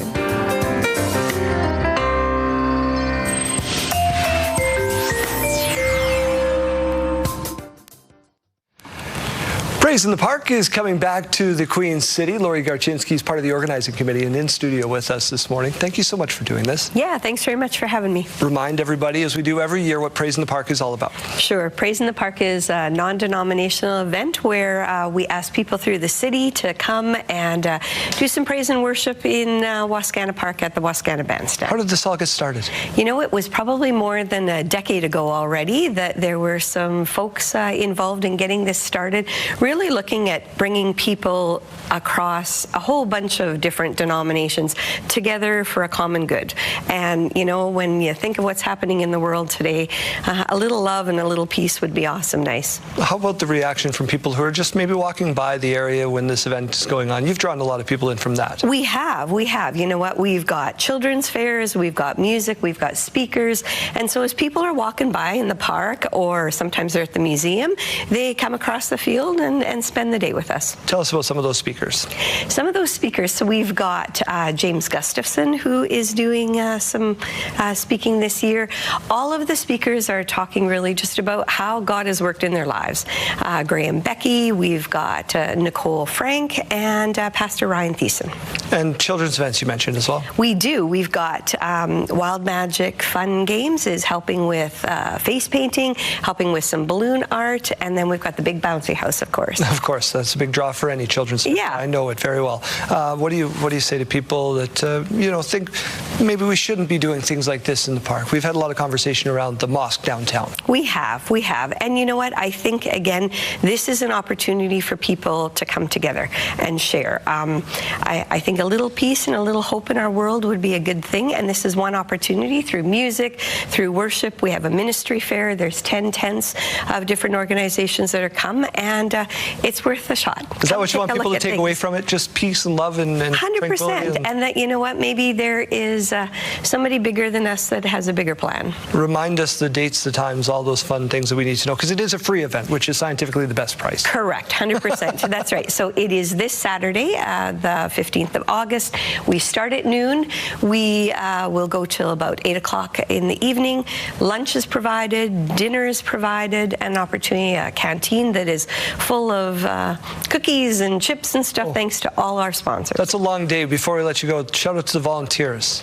100%. Shout out to all the volunteers that are around and help. We have a board that participates, and then we've had lots of sponsors. We've got Simon Auto Sales, we've got Campion College, we've got Ukrainian Co-op, Rethink BioClean. They are all huge participating in helping us get this done. Lori, thank you for a couple of minutes today. Thanks. Good luck on Saturday. All right.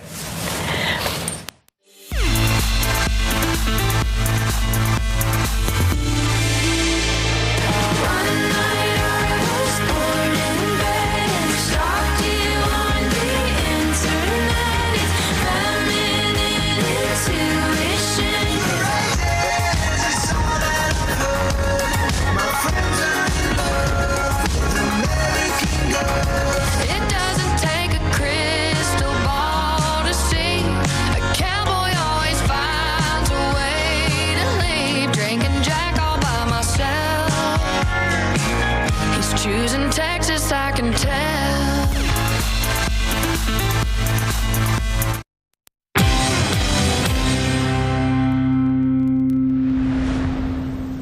Regina's Kramer IMAX Theater is one of 41 in the world that can show the 70mm version of the Odyssey.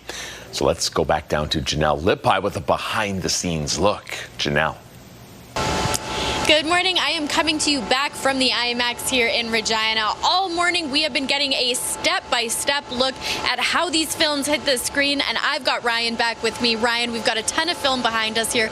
Walk us a little bit through what you just did. Sure. So what we just did was a process called threading. So we need to get the film from the bottom platter all the way around through the projector and back onto the top platter. So it starts by making, I call it a donut of film, and that gives me a little bit of film that I have to work with. So I can touch the film in front of the picture and after the picture, but once I hit the frame that's called picture start, I can't touch anything beyond that unless I'm wearing gloves.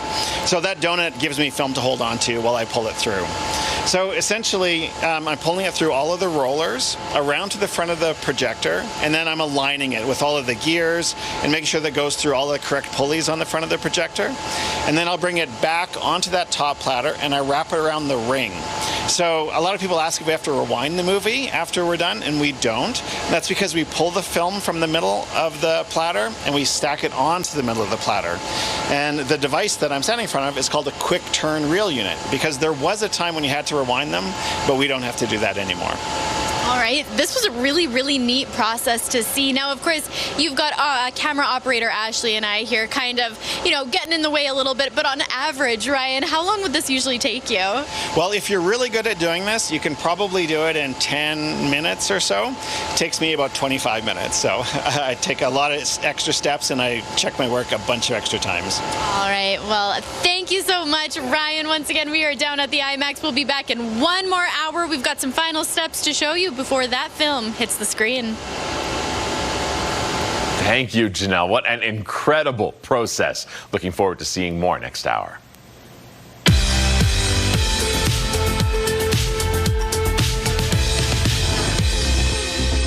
August 13th, and we have these milestones to share with you. We'll start off with a big happy birthday going out to Annie. She's turning 1. Lots of love from your grandma, Sherry. Turning 5 years old today is Avery. Happy birthday to you. We hope your day is super special. Happy 24th birthday to Rylan, the charter member of the Daryl Rummold fan club. Lots of love from your mom, Ryan and Ernie. Turning 30 years old today is Star. Happy birthday to you from your mom and the rest of your family. Happy birthday to Angela. We hope you have a great day. Lots of love from Lori and Eric. Also celebrating today is David. Happy birthday. Have a great day and a great year ahead with love from all of your family and friends. Happy birthday to Spencer. We hope it's a great one. Lots of love from your wife, Taylor, and daughter, Winnie. And we're also sending happy birthday wishes out to Pat, a loving grandma and great grandma, with love from your husband and all of the family. And finally, we're sending very happy anniversary wishes out to Nolan and Haley today on their 10th wedding anniversary. Wishing you a lifetime of love and happiness from all of your family. Milestones, brought to you by Harbor Landing Village, an award-winning senior care and living community in Regina. If you have a milestone coming up, send us an email to yourmorningsaskatchewan@ctv.ca or simply scan that QR code on your screen. Please send those in at least one day in advance. Just perusing your Instagram feed for Pure Country 92.7, and that is the coolest story, the Riley Green Facebook Marketplace thing. Isn't that so random? Like, I'm just blown away anytime someone actually shows up to pick up what they said they would on Facebook Marketplace, let alone Riley Green coming down there by himself. Like, he has people. He could have sent someone else, but no, a guy was selling a Gibson guitar on Facebook Marketplace in Nashville, and Riley Green loved it so much that he went and picked it up for him. So we'll talk a little bit more about that coming up in your Country Minute. Plus, we were watching that Luke Combs countdown on his website, and yes, just as we thought, some more tour dates have been announced for that stadium tour, and finally put on a Canada date, although there's just one right now. That's Edmonton, end of May. Apparently he didn't talk to Post Malone about like the weather that hits Commonwealth Stadium, but that's the only Canadian date up there right now. Hopefully we'll see some more come from Luke Combs. Mother Nature hates Edmonton like the rest of us. Chase, thank you. Burn.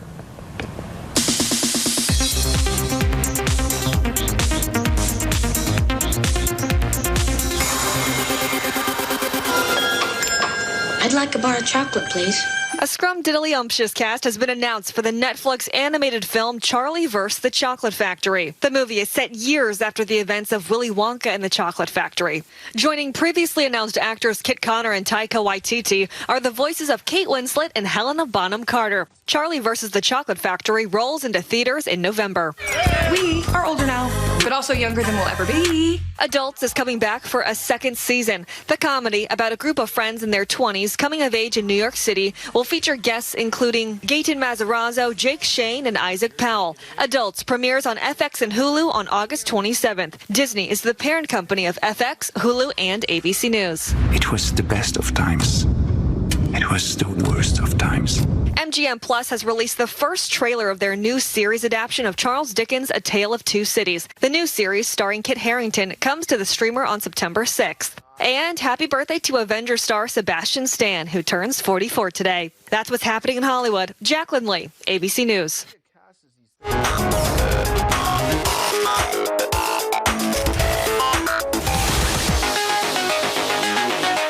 All right, well, safety comes first when it comes to walking your pet. Take a look.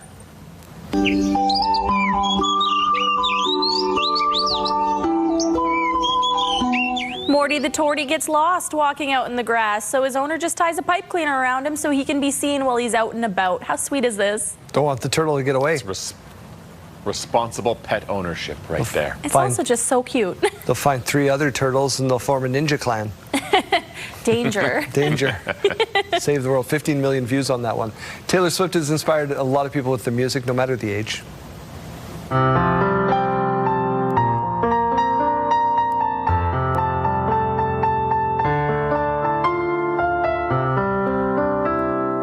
Do I need to sign my kid up for piano lessons? I think so. 4-year-old Ransom. Perfect pitch, playing everything once he hears it once. I go, there's some people out there that can do this stuff. What a You know what I mean? distinguished little gentleman. He's so proper. I bet he doesn't need his dinner that's made for him. I I bet he doesn't ask for fruit snacks when I put a balanced meal in front of him. Here's some spaghetti that you asked for and you picked out and you helped mix the sauce in. I don't want it. Why do toddlers do that? All right. Sound effects are often added to enhance a movie or a video, and these do just that.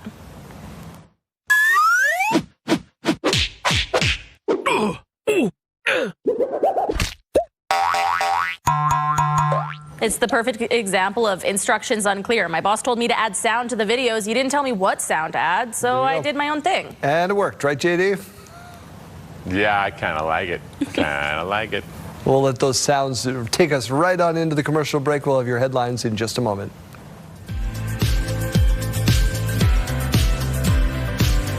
Welcome to Thursday, August 13th. All orders of government really do need to take this problem seriously and to start investing and taking immediate steps to reduce Canadians' exposure to these extreme weather events. Severe weather causing insurance companies big costs. Don't let one controversial project define a policy that has helped shape Saskatoon's public spaces for more than a decade. We have many large, as in hundreds of millions of dollars, capital projects coming forward, and I don't want to do this again every couple of years. Saskatoon's public art policy appears to be here to stay. It's a big, big event that brings people from all over the province and all over our region together to Yorkton to celebrate summer and listen to some live music and have a great time. Yorkton's new music festival gets underway tomorrow. Stay with us, Saskatchewan. Your morning starts right now.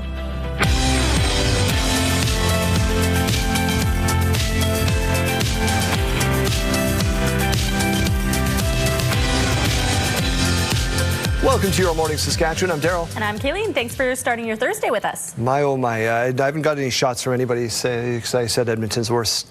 Best city in my rearview mirror. Worst city overall. Yeah. Chase is a big Edmonton Elks fan. We are both from Alberta, so I feel like we're okay to say that, but it's just not a very drivable city. I also stand by it, and my delete button works, so if you email me, that's fine. 8:01, let's get to news. 2 women now facing murder charges after bodies were found on Regina's Elphinstone Street. It happened on the 1100 block of Elphinstone around 4:30 in the morning on Tuesday. Police found the bodies of a 42-year-old woman and 37-year-old man outside a home. Their names are not being released at the request of their families. 19-year-old Patricia Stevenson and 42-year-old Rose Sparvier are each facing second-degree murder charges and a pair of firearm charges. That investigation, by the way, is ongoing. A rally in Kamsack is calling for answers into the death of Gerald Straightnose, who died in RCMP custody in June of last year. That case is under investigation by CERT. Sierra D'Souza Butts with more on how the family members are grieving. Janice Straightnose says she will not stop speaking out until justice is served. Very painful. It hurts. Not getting answers for my brother. With more than a year passing since the death of Gerald Straightnose, she says her family wants answers, demanding for transparency from Saskatchewan RCMP. I want to know exactly what happened in there, right from the beginning to the end. Gerald was a very kind, humble man. Yeah, he struggled in addictions, but it didn't mean he was violent or whatever. He was never like that. Straightnose died less than 48 hours after being taken into custody at the Kamsack RCMP detachment on June 5, 2025. The 61-year-old was unresponsive in his cell where he was pronounced dead. As the death investigation continues by the Saskatchewan Serious Incident Response Team, people from Kisiku's First Nation and area are showing their support for Straightnose and his family. Today signifies that his memory is still alive, his spirit is still strong within us. And we're not going to give up. I mean, we're going to go the distance on this. And the many others that are facing similar problems. In an emailed statement to CTV News, the Ministry of Justice says the time it takes to complete a CERT investigation is based on a wide variety of factors, including the amount of evidence that needs to be reviewed, the number of witnesses, and other unique factors, including external reports that may differ from investigation to investigation. That's the kind of answers I'm seeking. I want to know what happened to him from the moment he walked in till they took him out on that gurney. The ministry says because the investigation is ongoing, it cannot provide any additional information at this time. Once the investigation is complete, it will be released publicly within 90 days. Sierra D'Souza Butts, CTV News, Kamsack. News this morning, the Insurance Bureau of Canada says 2 days of severe weather in June cost more than $840 million in insured losses in Saskatchewan and in Manitoba. Storms on June 9th and 10th, including the tornado in the Oxbow area, which you're seeing on your screen, brought hail, damaging winds, torrential rain, and flash flooding, causing widespread damage in 2 provinces. The Insurance Bureau says the storms caused more insured losses than all of 2025. It says the frequency and severity of storms have increased in recent years, resulting in increased costs. All orders of government really do need to take this problem seriously and to start investing and taking immediate steps to reduce Canadians' exposure to these extreme weather events.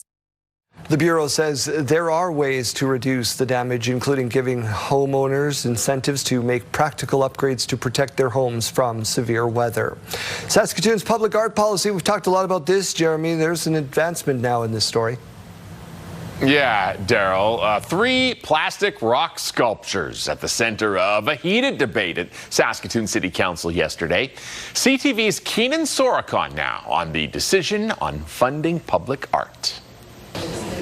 Saskatoon's public art policy is here to stay. Rather than eliminate tying a portion of large capital projects to public art, Council opted to review and tweak the policy instead. Don't let one controversial project define a policy that has helped shape Saskatoon's public spaces for more than a decade. Some city projects costing $5 million or more have up to 1% of the budget, or a maximum of $500,000 dedicated to public art. In this case, it was $300,000 of a $37 million budget to build a new recycling facility at the landfill that turned into these rocks made from recycled plastic. We had a wedding out at Forestry Farm, and I saw all these people getting these wedding pictures taken around the modern Erratics rock because they thought it was really cool. City Council got to hear from one of the Calgary artists who built the rocks over 5,500 hours. He said 95% of the materials and much of the team was from Saskatchewan. He spoke of the meaning of the sculptures and the hours spent with cultural groups, experts, and academics to come up with something uniquely fitting for Saskatoon. As a city, when you purchase a public art project, if you care for it, it's actually an asset. But much of that was lost in the rollout as the price tag dominated discussion over the last 2 weeks. I think if we'd have had appropriate communication, we might not be here today. There's a lot of feedback about how that was communicated and what we did around that, and that's something we will definitely reflect on. Randy Donauer says of the 6 streams of funding for public art, this one was used only once since it began in 2015. But that will change with big spending on the horizon, like BRT and a new leisure center. We have many large, as in hundreds of millions of dollars, capital projects coming forward, and I don't want to do this again every couple of years. Administration is set to review the policy and improve communication of these art installations moving forward. Keenan Sorokon, CTV News, Saskatoon. A recent discovery of metal signs dug up during groundwork near the Bessborough Hotel are shining a spotlight on the history of Saskatoon's river valley. The Meewasin Valley Authority says about 100 metal signs were unearthed in July while they were doing trail enhancements. It joins other discoveries like bison skulls more than 2,000 years old and the anchor of a ship that sunk in the early 1900s. It seems this part of the river valley was once used as a dumping area. Apparently there's still more in the ground. We just didn't bring them up when we were trenching, and we just had them in a pile at our staging area for construction, and a lot of people were walking by and noticed them and were interested to know more about them. Now, he says a similar sign at an antique dealer in Edmonton, while in much better condition, was selling for $400. All right, Gerald, we have some breaking news this morning. That's right, Jeremy, we do. Saskatoon police are investigating the city's 9th homicide of the year. Officers say a man was found dead in an apartment on Tuesday morning. Patrol was sent there to do a welfare check on the 2300 block of 17th Street West. A 25-year-old man was found dead. An autopsy determined the death to be a homicide. Major Crimes is now investigating. Know anything? Call police or Crime Stoppers. International news this morning, an 8-year-old child is among the dead and 24 others injured in an attack on Ukraine. The attack damaged 2 major grain export terminals and also hit a large Russian naval base on the Black Sea. Ukraine says 4 Russian warships were also hit. Russia hasn't commented. This also comes as Ukrainian President Volodymyr Zelensky pleads for more interceptor missiles. 6 months after the mass shooting in Tumbler Ridge, BC left 8 victims dead, plus the shooter. We have new details to share this morning. CTV News and a consortium of media outlets have gone to court for the right to have more information about the case. RCMP documents highlight a number of new details, including initial police confusion about the number of shooters tied to the various names Jesse Van Rutselaar had used before identifying as a woman. We're also learning the FBI contacted Canadian investigators to alert them about Van Rutselaar's 2 ChatGPT accounts. On the screen, you'll see a production order sent to OpenAI in which the company is ordered to hand over communication and subscriber information to RCMP. Since the shooting, OpenAI has apologized for failing to alert police about concerning activity. Festival season officially here in Yorkton, with the first trucks rolling into town, into the Gallagher Centre exhibition grounds. It may not look like much right now, but the stage and tents will be all set up by tonight, ready to welcome the city's first Living Skies Music Festival. 2-day event starts Friday with a celebration of country music. It's a big event that brings people from all over the province and all over our region together to Yorkton to celebrate summer and listen to some live music and have a great time. The events start Friday night, then there is a rock night on Saturday. Dallas Smith is going to be there. It's going to be a whole lot of fun. They need good conditions to make this all happen, though, Kaylee. And so for that, we turn things over to you with hopefully some good news. Well, we do have some rain in the forecast, off and on for our 7-day forecast, actually. Let's start, though, with a look at this morning view. It's brought to you by Stars Lottery, your ticket fund's life-saving care across Saskatchewan. Actually, Regina has now taken over as being Saskatchewan's hotspot. We are saying we're at 16 degrees. Actually, it's about 15.8. They're just rounding up on these boards here. But east winds coming in at 6 kilometers per hour with that mix of sun and cloud. In Saskatoon, 14 degrees. Again, a mix of sun and cloud. Winds very calm to start the day, only coming in at 4 kilometers per hour. Here's a look at that radar and satellite. So, of course, as we know, we did see some rain overnight and into early this morning, especially down south and far up north. Starting with a current look now, though, we are still seeing a little bit of rain right around Prince Albert, and then of course close to the U.S. border, where we have continued to see just a little bit of rain overnight. Now into the afternoon today, it really does pick up right along the western border with Alberta. You see that large system that is really taking over southern Alberta this afternoon. Parts of that are going to be breaking into Saskatchewan into the later parts of the day and into the evening hours. So this is coming with quite a bit of thunderstorm activity. Be prepared for that, especially if you are living in that path between Swift Current up through Saskatoon and even up through Prince Albert as well. Another system moving up from the United States going to be impacting the southeast corner of the province right around Estevan early tomorrow morning. This is at about 5:15 a.m. So we're likely going to be talking about this system on our show tomorrow with some active weather in the province tomorrow morning. Into tomorrow evening, also talking about a little bit of rain in northern and parts of central Saskatchewan, but that large system from the south will be moving off into Manitoba. Now, these numbers have changed quite a bit from earlier on. So Prince Albert now expecting about 2 millimeters of rain by the end of the day. 9 p.m. though, rather, about 1 millimeter for Swift Current and Saskatoon.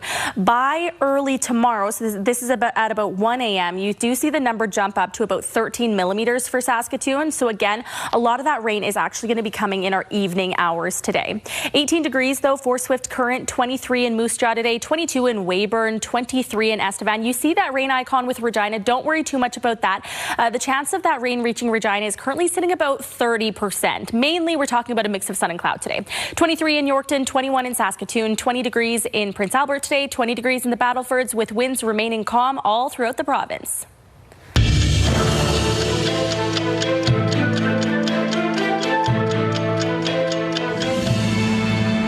Day in history, August 13th, 1941, the Government of Canada approves the creation of the Canadian Women's Army Corps.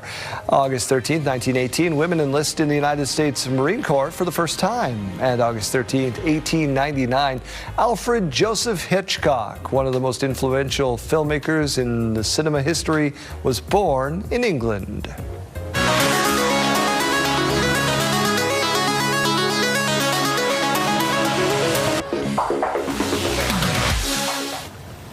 Well, in case you missed it, we have been talking about the solar eclipse from yesterday, but that was just the opening act for another celestial event. Of course, the Perseid meteor shower reached its peak last night, filling the sky with streaks of light. I didn't have to worry about partial or full views or anything, just clouds, really.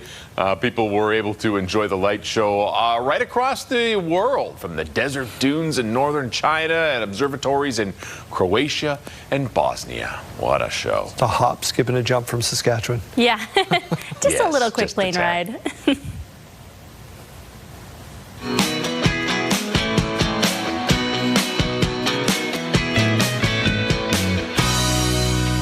Which is the most silly thing you've ever spent money on is our question of the day today. We've got some fun answers. Yeah, we had Lori saying it's got to be the puzzle mat that she never uses. Oh. This makes me wonder, because I know a few people who have puzzle mats. Are they actually useful? Probably if you use them. All right, okay. That's it. Susan saying too many Beanie Babies, impulse purchases, have a few Christmas favorites. I'm sure you could probably resell those anytime. Those are, some of them are expensive. I've got a DeJounte Murray on my desk that Janelle bought me one day because she said thought it looked just like me. I don't think that's actually a Beanie Baby, though. Anne saying sea monkeys, that's all I have to say. Desmond says, my wife thinks it's the Pokemon cards, but I disagree. I think it's all her Harry Potter wands. The battle in the house of Desmond. Livy That's saying, great. the silliest thing I've ever bought are my Monster High dolls. Started collecting them as a kid and just, you know, never stopped. Sherry saying, bought garden gnomes from Temu thinking they were big enough for the garden. They were only 2 inches tall. Oh. Sometimes you get Oh, scammed Temu. by Temu. I really, honestly, I got to take away my dad's Temu account. He's Yeah. buying stuff all the time. My grandmother said she started buying my daughter dresses on Shein. Oh. And I'm going to visit her out in Vancouver in a couple Excellent. weeks, and I really think I need to take away her credit card for online purchases too. Oh, boy. Sheen. We're going to talk about those tariffs coming up right after this break.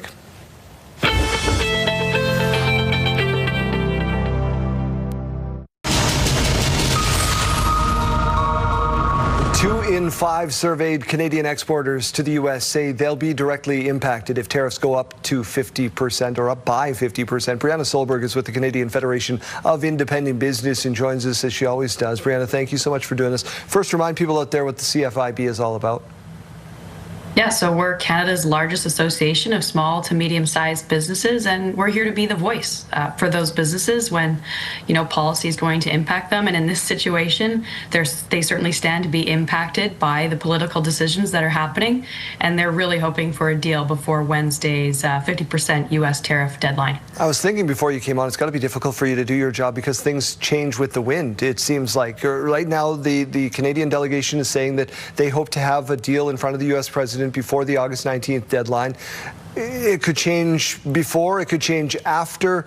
How do businesses that you talk to prepare for what seems like an ever-changing, dynamic situation?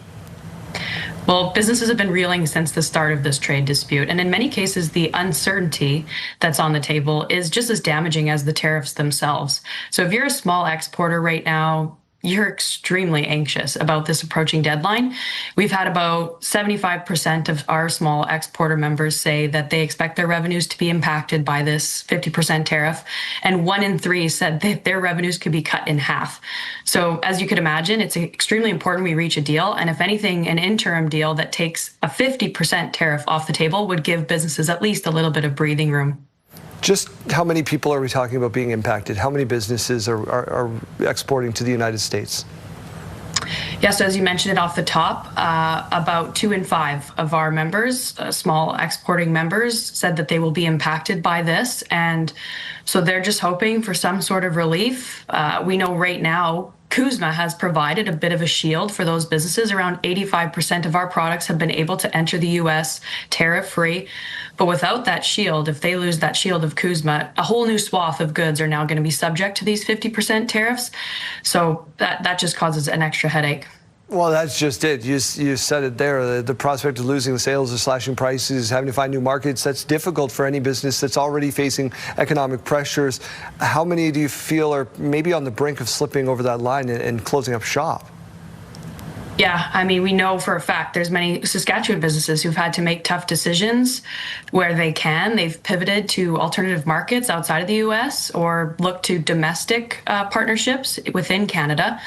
But it's been difficult. And, many have had to simply absorb the cost of these tariffs, or they risk losing their trade deals with their U.S. partners. So they don't have a lot of wiggle room to keep their prices competitive as it stands. And it's really causing a lot of concern.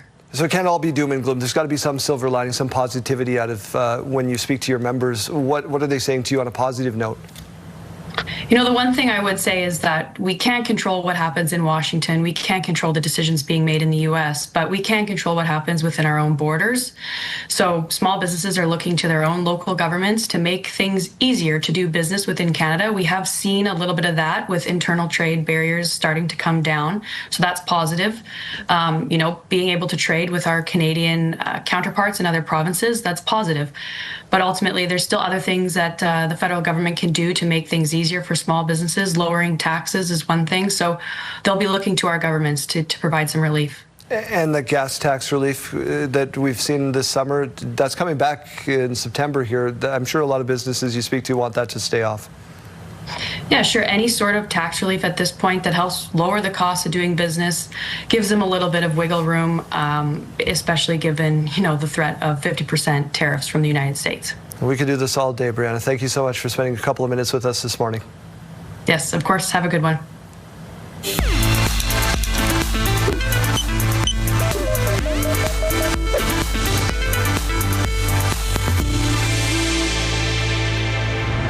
Calling it the gold standard of childhood immunizations, Trump signed an executive order to reduce the number of shots children in the U.S. receive. A vaccination thing looks like the size of a bottle of soda poured into a little child's body. Medical experts say this is one of the inaccuracies in Trump's comments. We don't have good medical evidence for a lot of the changes that were suggested in the U.S. document.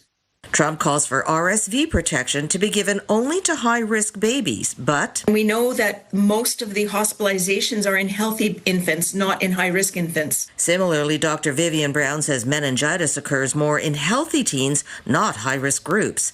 In addition, Trump wants to split the measles, mumps, and rubella vaccine given in one shot now in Canada and the U.S. For example, at 1 year, you should have 5 separate visits for vaccines rather than getting them all in the same day. Previous research is that parents are unlikely to finish vaccine programs when they have to come back over and over again. Doctors say there's no medical benefit to splitting the vaccine, and while money may be saved with fewer shots given, Brown says fewer vaccinations will lead to more hospitalizations down the road. This doesn't have the force of law. What he's basically doing is saying to the states should look into this and try and implement this, but I think states will ignore this. But the U.S. position will affect Canadians, and not just by increasing questions and confusion about vaccines. If you have that amount of mixing of populations where one group is systematically less vaccinated and protected, they become a vector to bring disease into Canada. I think this is a further strong argument for strengthening vaccine capacity and use in Canada, because that's how you protect against this. And if Canadians have vaccine questions, Dr. Brown says talk to your healthcare provider. Pauline Chan, CTV News. Health Report, brought to you in part by SEIU West, Saskatchewan's first healthcare union. Well, our Mike Siona has had a busy morning, but some might call it wasteful. Let's go back on location one final time. Mike. Well, the drop-offs are happening here, and it, of course, is all gearing up at the Materials Recovery Center here at the City of Saskatoon. I'm joined by Dan Gauthier ahead of this Saturday's most exciting Household Hazardous Waste Collection Day. But let's talk about why it's so important to make sure that we're disposing of our household hazardous waste properly and not just throwing it in the landfill. I think it's important to dispose of it properly and not keep it out of your black bin at home. You want to reduce the risk for spills, the risk for fire at the landfill, and keeping our workers safe here in the public. Right, and obviously if it's in the landfill, it's just in the landfill. It can leach down. There's environmental concerns potentially. Whereas if we put it here, it gets sorted, it gets recycled and disposed of in an appropriate fashion. What kind of chemicals are we talking about specifically for a household hazardous waste collection day? So the types of chemicals, anything, your household cleaners, your yard waste, your yard chemicals, and automotive fluids, cylinders, light tubes, all these types of materials can come here for disposal. Perfect. Now, we also did learn earlier that batteries, yes, you will accept them on Household Hazardous Waste Day. Paint cans, yes, we will accept them on Household Hazardous Waste Day. But those don't have to come just on that day. You can do your paint cans at Sarcan anytime, and then you can do batteries either here or at Sarcan anytime. Is that right? That is correct, yeah. Got a lot of information here this morning from Dan. I think I've got it straight. If you don't have all of the details, your best bet is to go to saskatoon.ca/hazardous waste. It will give you a list of everything. Oh, and one more thing we need to note. It's a seasonal program, May to October? May to October, and the last day is October 28th this year. Perfect. Well, there you go. Good to go. Make sure that you're disposing of those household hazardous wastes properly. Useful and informative. Mike, thank you very much for this morning. Have a great rest of the day.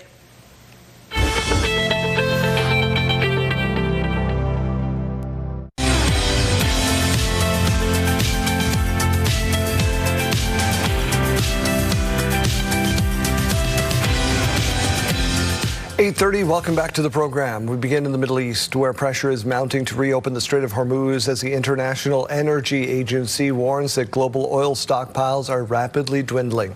U.S. President Donald Trump is insisting the U.S. still has control over the critical waterway, but shipping data doesn't back that up as vessel traffic there remains stalled. This morning, Iran's foreign minister warned Washington to, quote, be careful, calling Trump's claim of full control of the strait fake news. Tehran says it won't reopen the strait fully until the U.S. meets its demands to lift its naval blockade around Iranian ports and withdraw its military forces from around Iran. The family of a missing 14-year-old girl is pushing for answers in Prince Albert. Jasmine Peltier has the latest on that investigation. The mother of a missing teen is asking for any bit of information that could help find her daughter. In 7 days, on August 19th, Peyton will be turning 15 years old. She should be at home with us celebrating her birthday. 14-year-old Peyton Flett was reported missing June 30th, though family began searching earlier. Prince Albert police believe she was last seen between June 16th and 17th in the area of John Diefenbaker School and later in the area of Marquis Road and Central Avenue. She is described as around 5'4" and 115 pounds and was last seen in Christmas pajama pants. Search activity will continue to be considered and conducted based upon the information and evidence developed through the investigation. Major crimes investigators are involved due to Peyton's age and the amount of time that has passed since she went missing. Police are asking anyone with information to come forward, even if it may seem insignificant. Anyone with information can reach out to the Prince Albert Grand Council, Crime Stoppers, or Prince Albert Police. There are different ways to share what information you may know, and that may be through the Prince Albert Grand Council if that is more comfortable. Peyton's mother shared a message for her daughter. You are not in any trouble. You just need to hear your voice. We just need to know you are safe. Please come home or go to a safe place and call us or the police. With the renewed call for information, family continues to hope for Peyton's safety. Jasmine Peltier, CTV News, Prince Albert. There are new details now on the deaths of Rob Reiner and his wife, Michelle. A new indictment alleges their son, Nick Reiner, was lying in wait for his parents. Essentially, that means he was allegedly hiding before attacking. Nick Reiner is accused of fatally stabbing his parents in their L.A. home last December. He has pleaded not guilty to 2 counts of murder with a special circumstance after the new grand jury indictment was unsealed. The allegation of lying in wait also means Reiner is now eligible for the death penalty, which has been temporarily halted in the state. An independent appeal board has ruled 5 players from the 2018 Canadian World Junior Hockey team breached Hockey Canada's code of conduct. The 5 players were acquitted of sexual assault charges stemming from the 2018 incident at a hotel room in London, Ontario. After the ruling, 4 of the players will remain suspended. They are Cal Foote, Carter Hart, Dylan Dubé, and Michael McLeod. The 5th player, Alex Formanton, has been reinstated. Being suspended means players cannot take part in Hockey Canada sanctioned events. Trevor Harris has already cemented his place in Rider history for helping the team win its 5th Grey Cup. This season, the 40-year-old just became the 12th quarterback in CFL history to breach 40,000 passing yards. Here's Donovan Mace. 14 years and 40,000 yards ago, the best-looking young quarterback the Argos had brought in a long time. Trevor Harris stepped onto the field against the Saskatchewan Roughriders for the first time in his CFL career. Harris off to the right, caught underneath, turning it up. Good yardage and a first down. And with this completion to Deshaun Mims Friday night, Harris becoming just the 12th quarterback to throw for more than 40,000 yards in the Canadian Football League. I'm really thankful that I get to do this, and to join the 40K club's pretty cool. I think it just means maybe I'm getting a little older, though. I had no idea until the end of the game. My friends said they're going to make it into a trivia question about who caught Trevor's 40,000-yard pass. From Toronto to Ottawa. That puts Trevor Harris over 5,000 yards passing for the season. Edmonton and Montreal before landing in Saskatchewan. Harris has played 197 regular season games in the CFL, winning his first Grey Cup as a starter and earning game MVP honors last season at 39 years old. Honestly, sometimes I feel like I'm just getting started. Now 40. He continues to climb the CFL's passing leaders list, less than 200 yards from passing Hall of Famer Tracy Ham for 11th all-time. All the ups and downs and ebbs and flows, and to be able to do that on a professional level is something that just blows my mind. But again, I just try and stay focused on the small things. Only 12 people in the history have thrown for 40,000 yards. In true Trevor fashion, he took that football and was looking to give away Offensive Player of the Game ball. I said, no, buddy, that's your ball. You pick another one to give to somebody else. I'm really thankful that I get to be the quarterback of this organization. I never, ever take it for granted. Now, in addition to reaching 40,000, Harris is on the brink of climbing up the Riders' all-time passing list. He has 11,742 passing yards in 4 seasons in green and white and needs just 110 to pass Tom Burgess for 5th all-time in Saskatchewan Rough Rider history. Donovan May, CTV News, Regina. Salvation Army Community Church have a long-standing tradition in Regina of providing school supplies to students, and this year they're looking for your help to cover some expenses. There are more than 1,300 students enrolled in the program who will be receiving supplies for the upcoming year, which is a great thing. Salvation Army looking for donations to help pay for the remaining costs on the order. The nonprofit says donations of all sizes are welcome. We often hear from families that they're having to choose between food on their table or school supplies. So if we can supply, a backpack full of supplies to those children and to those families, just to make sure that that's one pressure off of their plate, then it's an honor to be able to do so. This is the 15th year for that program. And it looks like being this cute is tiring. I'm not talking about me or Kayleen. I'm talking about this baby pygmy hippo at the Toronto Zoo, letting out a giant yawn. She was born last Sunday, and staff say she's doing great with her mom. Zoo staff are celebrating her birth as pygmy hippos are listed as endangered. Let's get over to the Weather Center. We have to know the name. We have to know a name. I don't know what a great name for a hippo would be. I don't know. Let's think on that one. Really hard to say. Let's get to our weather center here. The temperature is not so bad, 16 degrees now. Regina was just a few minutes ago our hot spot. There are a lot of places battling it out right now, right around that 16-degree mark. So temperatures have gone up. Winds coming in at 6 kilometers per hour. Mix of sun and cloud. Through Saskatoon, 14 degrees. Again, winds calm, only coming in at 4 kilometers per hour. And winds are going to remain calm all throughout the afternoon today. We're mainly seeing those winds picking up south of the U.S. border, also a little bit in southern Alberta as well. But other than that, we're going to be enjoying a really calm day in Saskatchewan in terms of those winds. Current temperatures now seeing 10 degrees in Stony Rapids, 14 in La Ronge and Buffalo Narrows, 14 in Nipawin, and 14 in Hudson Bay. Down in the south, 15 degrees in Weyburn, 14 in Estevan, 14 in Assiniboia, and 14 degrees in Swift Current. So it does seem like some places around Weyburn have actually gone down a few decimal points. So Regina is still our hot spot in Saskatchewan this hour. Now today's forecast is still below the seasonal average. It seems redundant compared to how many times we've been saying that the past few days. Temperatures are actually going to be going down even further for a lot of places tomorrow. So we're going to try and enjoy these temperatures while we have them. They'll go back up about mid next week. So don't worry there.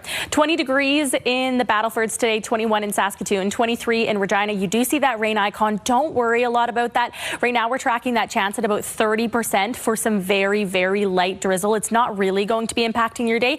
Mainly we'll be seeing that mix of sun and cloud. 22 in Weyburn today, higher chance of some very light precipitation, 23 in Estevan.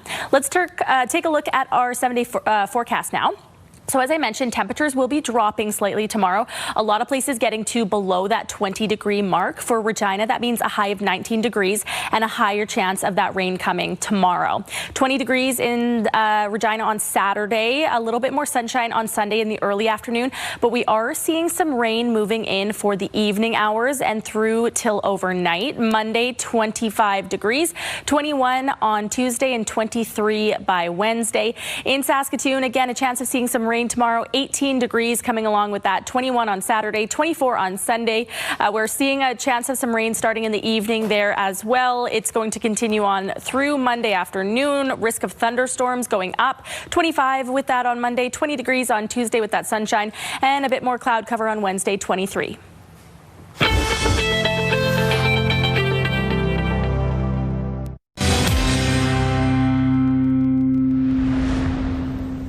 We've been getting a very cool behind-the-scenes look at the presentation of the Odyssey in full 70mm film IMAX.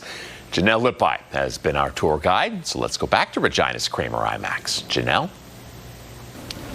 Good morning. We are wrapping things up at the IMAX here in Regina, but before we do that, all of the hard work has paid off, Ryan. We've got the Odyssey up and running on the screen.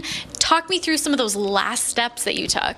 Yeah, so once everything's threaded up, then we're really just going to the projectors themselves to operate them. So we load the show in the projector console, and then we load the show in the audio console, reset all of our frame counts, and then just before the movie's about to start, we tell our projector that it's going to be operated by remote control, and then we run to the audio system and we tell it that it's going to be the remote control, and when it's time to actually hit play, we flip the audio source over and hit play, and everything, knock on wood, works as it's supposed to, as it did today. Yes, this was a really cool whole experience and step-by-step process to see with my own eyes. Now, tell me a little bit too about the audio and, of course, the visuals on screen as well. Those sync up, but they're not on the same piece of film, I suppose. Is that correct? Yeah, that's exactly right. So IMAX film doesn't have audio on it, unlike, let's say, like 35mm did. And so we run a separate soundtrack. So the way that we keep everything in sync is we have to make sure that the very first frame of the movie is frame 0 and that the frame count has been reset on the projector so that it's frame 0. And then when we sync the audio computer, we want it also to start on frame 0. And as those the film doesn't run at an exactly perfect speed, but the two computers talk to each other so that the audio is always perfectly in sync. So there's actually two separate computers that just talk to each other to make sure that everything sounds good as the movie runs. Very neat. So for those watching who haven't come to check out the Odyssey yet, how long is it running for and how can they come and take a look themselves? Yeah, so the Odyssey is currently scheduled until September 16th. Will there be another extension? I'm not sure yet, but there are still seats available and some really good seats available too. All right, Ryan, thank you so much for spending the morning with me. This was fascinating. Yeah, thank you for coming. All right, well, that wraps us up down here at the IMAX in Regina. Once again, if you haven't come to check out the Odyssey yet, there's still time. Yes, of course, plenty of chances to see the Odyssey on film. As Janelle said, it's been extended well into September. Well, a recent discovery near the Bessborough Hotel in Saskatoon is shining a spotlight on the city's River Valley history. Dozens of matching metal signs were found last month, leaving historians and local experts with questions. Carla Shinkaruk has the story. Always leftover sign. For decades, Saskatoon's River Valley has been a place where the city's past has literally been buried. And a recent discovery near the Bessborough Hotel is adding another piece to our historic puzzle. We uncovered the red rose signs bundled together when we were doing some trenching for our trail enhancement project in Kiwanis Memorial Park. Workers unearthed roughly 100 of these metal signs. All are the same with the Red Rose Coffee Company name and logo on them. Apparently there's still more in the ground. We just didn't bring them up when we were trenching. A lot of people were walking by and noticed them and were interested to know more about them. The pile is now dwindling as some signs have been taken. Otterbein has searched and found this sign online in its original form. An antique shop in Edmonton, for instance, they wanted almost $400 for it. The Meewasin Valley Authority has consulted local historians, but so far there's no clear answer as to why these signs were specifically discarded here. The only explanation is that this part of the River Valley was once used as a fill area, a dumping ground. Something that a lot of people don't realize, that a lot of our urban waterfront, even though it looks so natural and beautiful today, it wasn't always like that. Cowan says the MVA has been finding pieces of the city's past since it began working in the valley in the late 1970s. Among the oldest finds, 2 bison skulls dating back thousands of years, and this 118-year-old anchor which was buried in the river channel. The ship sank in 1908. The SS City of Medicine Hat is the name of the ship. Meewasin leads walking tours that explore Saskatoon's sometimes surprising history. I think everyone goes, wow, I didn't know that. Wow. Now's the best time to explore what Saskatoon has to offer. Those tours continue into the fall. Carla Shinkaruk, CTV News, Saskatoon. We'll move over Jimothy. There's a new internet darling raccoon now. Her name is Mayonessa, as in mayonnaise. Jeremy Roth explains. In the world of viral raccoons, Jimothy may have the mojo, but this Texas raccoon has the mayo, or at least she did, until Animal Services officials liberated her from a giant mayonnaise jar stuck on her head for days. The raccoon, which was aptly nicknamed Mayonnaise by residents, was spotted for days wandering a Dallas area neighborhood trapped in the tub.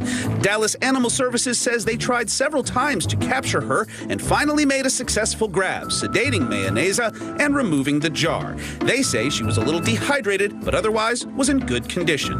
Look, she probably won't end up on t-shirts and Google or whatever, but as far as 2026 Trash Panda fan pandemonium goes, now you have Jimothy with mayo on the side. Speaking of spreading it around, the famous Fat Bear Week is going to need to make a little room because fat marmots need love too. Introducing Fat Marmot Week, a first-of-its-kind contest, marmots that is, put on by Colorado's Rocky Mountain Biological Laboratory, who are looking to raise awareness of the critters as well as the lab's longtime research of the species. In fact, this isn't even the weirdest marmot awareness campaign they have right now. Yes, it is real, and you can do your own research on that one. Regarding the Fat Week fun, by now you know the game, just like their big butt bear brethren. Hey, big what? Oh, right. Marmots also spend months packing on the pounds ahead of the winter hibernation. So, starting on August 24th, viewers will get to vote bracket style on which marm is the chubbiest, the chonkiest, the badonkadonkiest. Several contenders are already listed, each uniquely named for their identifying markings, and more will drop each week. For more information and, frankly, a good giggle, head on over to the lab's Instagram page. It is something else. For Take a Look at This, I'm Jeremy Roth.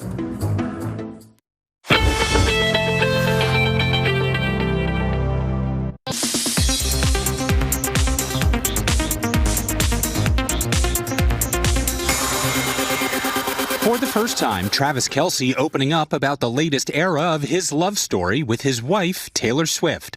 At a press conference at training camp, the Kansas City Chiefs star tight end reflecting on their July 3rd wedding in New York City. It was a fun offseason, man. Wedding was the best night of my life. And I appreciate everybody who came out and celebrated and, had fun with us. And, it's about all I really got from that night. It was a crazy night. It was full of a lot of celebration. And it was a sparkling night. The massive event attended by more than 1,000 friends and family, with celebrity guests including Gigi Hadid and Bradley Cooper, Karlie Kloss, and longtime friend and collaborator Ed Sheeran. The ceremony was officiated by actor and friend Adam Sandler, with whom Kelce shared the big screen in Happy Gilmore 2. Sorry you had to hear that, Mr. Gilmore. The tight end adding that Madison Square Garden, home of the New York Knicks, was the ultimate dream venue. Just before the wedding, Swift was in the spotlight at MSG, soaking it all in at the NBA Finals. I always told myself I'd go for a playoff game when the Knicks were rocking. And my wife went when I was stuck in a mini camp, so I didn't get my opportunity to go then. So it's kind of cool to be able to, live out my childhood dream of being in that venue and, the mecca of all sports venues, being able to get married in there. Will Reeve, ABC News, New York.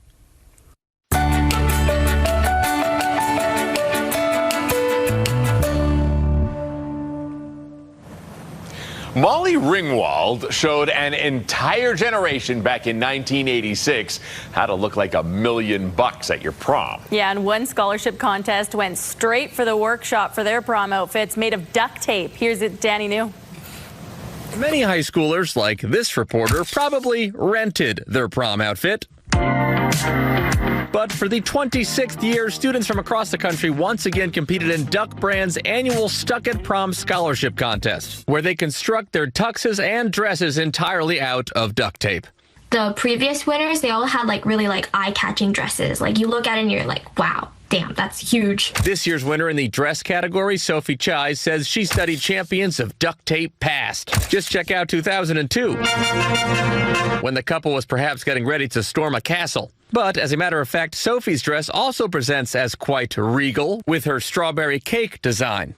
I had to make a metal wire petticoat under it, and it would collapse. This recent high school graduate from California says her process included 35 rolls of duct tape and the creation of that metal frame to complete her vision. Was it comfortable to wear, or is it just really heavy? Oh, it's really heavy. It leaves bruises on my shoulders after I wear it. Meanwhile, designing outfits is nothing new for this year's duct tape tuxedo winner. Michigan's Jeremiah Constantine plans to study fashion design when he leaves for college this year. What inspired this look? It's inspired by the Met Gala and couture fashion. Jeremiah says his, quote, dramatic getup required 41 rolls of duct tape as he used the powers of adhesion to assemble his cape, pants, and a whole bunch of jewelry. However, for the record, neither Jeremiah nor Sophie actually wore their outfits to prom, but they wore them long enough to score $10,000 and a little bit of extra pride to take with them to college. When you were finished, were you like, I made a masterpiece? I was pretty impressed. One thing Sophie said she appreciated about this scholarship is that it wasn't just about writing an essay. She got to express herself by creating a piece of art like this. In New York, for ABC News, I'm Danny New. I would really love the fantastic outfits, some of them. I would really love to see Daddy's expense reports to his bosses. Yeah. All the props that he has in all of those. Danny, did you buy a roll of duct tape and a T-Rex outfit and charge it to the company? And shoelaces? Yeah, yep, I did. Sure did. Those big city reporters have those budgets, I guess. Share some with the rest of us.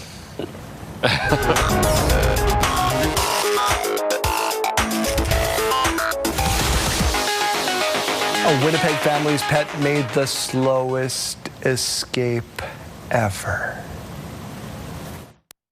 Here really just thought she kind of trekked it through the marsh, which is a long distance. It was about 20 kilometers from her home, so I wouldn't put it past her. So Molly is an African spurred tortoise, found 20K, as you heard, from her home. Staff found her at the Oak Hammock Marsh after visitors reported seeing a tortoise. This was a red flag since there aren't any tortoises native to Canada.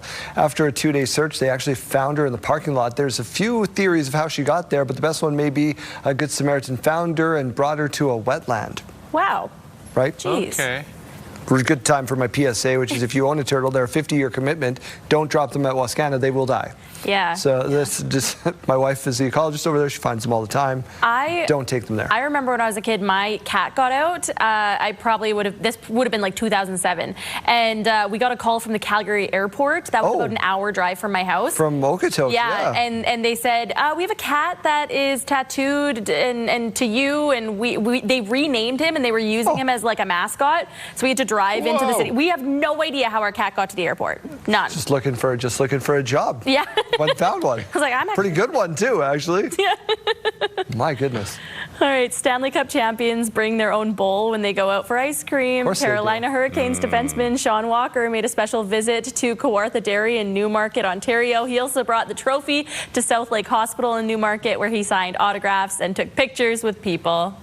It'd be hard to come up with something creative to do with it, Jeremy, at this point. Yeah, it's almost all been done. It's all been, and the cleaning that has to go into that. Yeah, do you actually eat it out of that? Yeah, they definitely. do. Look at that. Yeah, get after it. Sure. Get after it. All right. That's a way to end the show on a championship note. We're going to take a 21-hour timeout. We'll be back with you tomorrow with more Your Morning Saskatchewan. We'll see you then.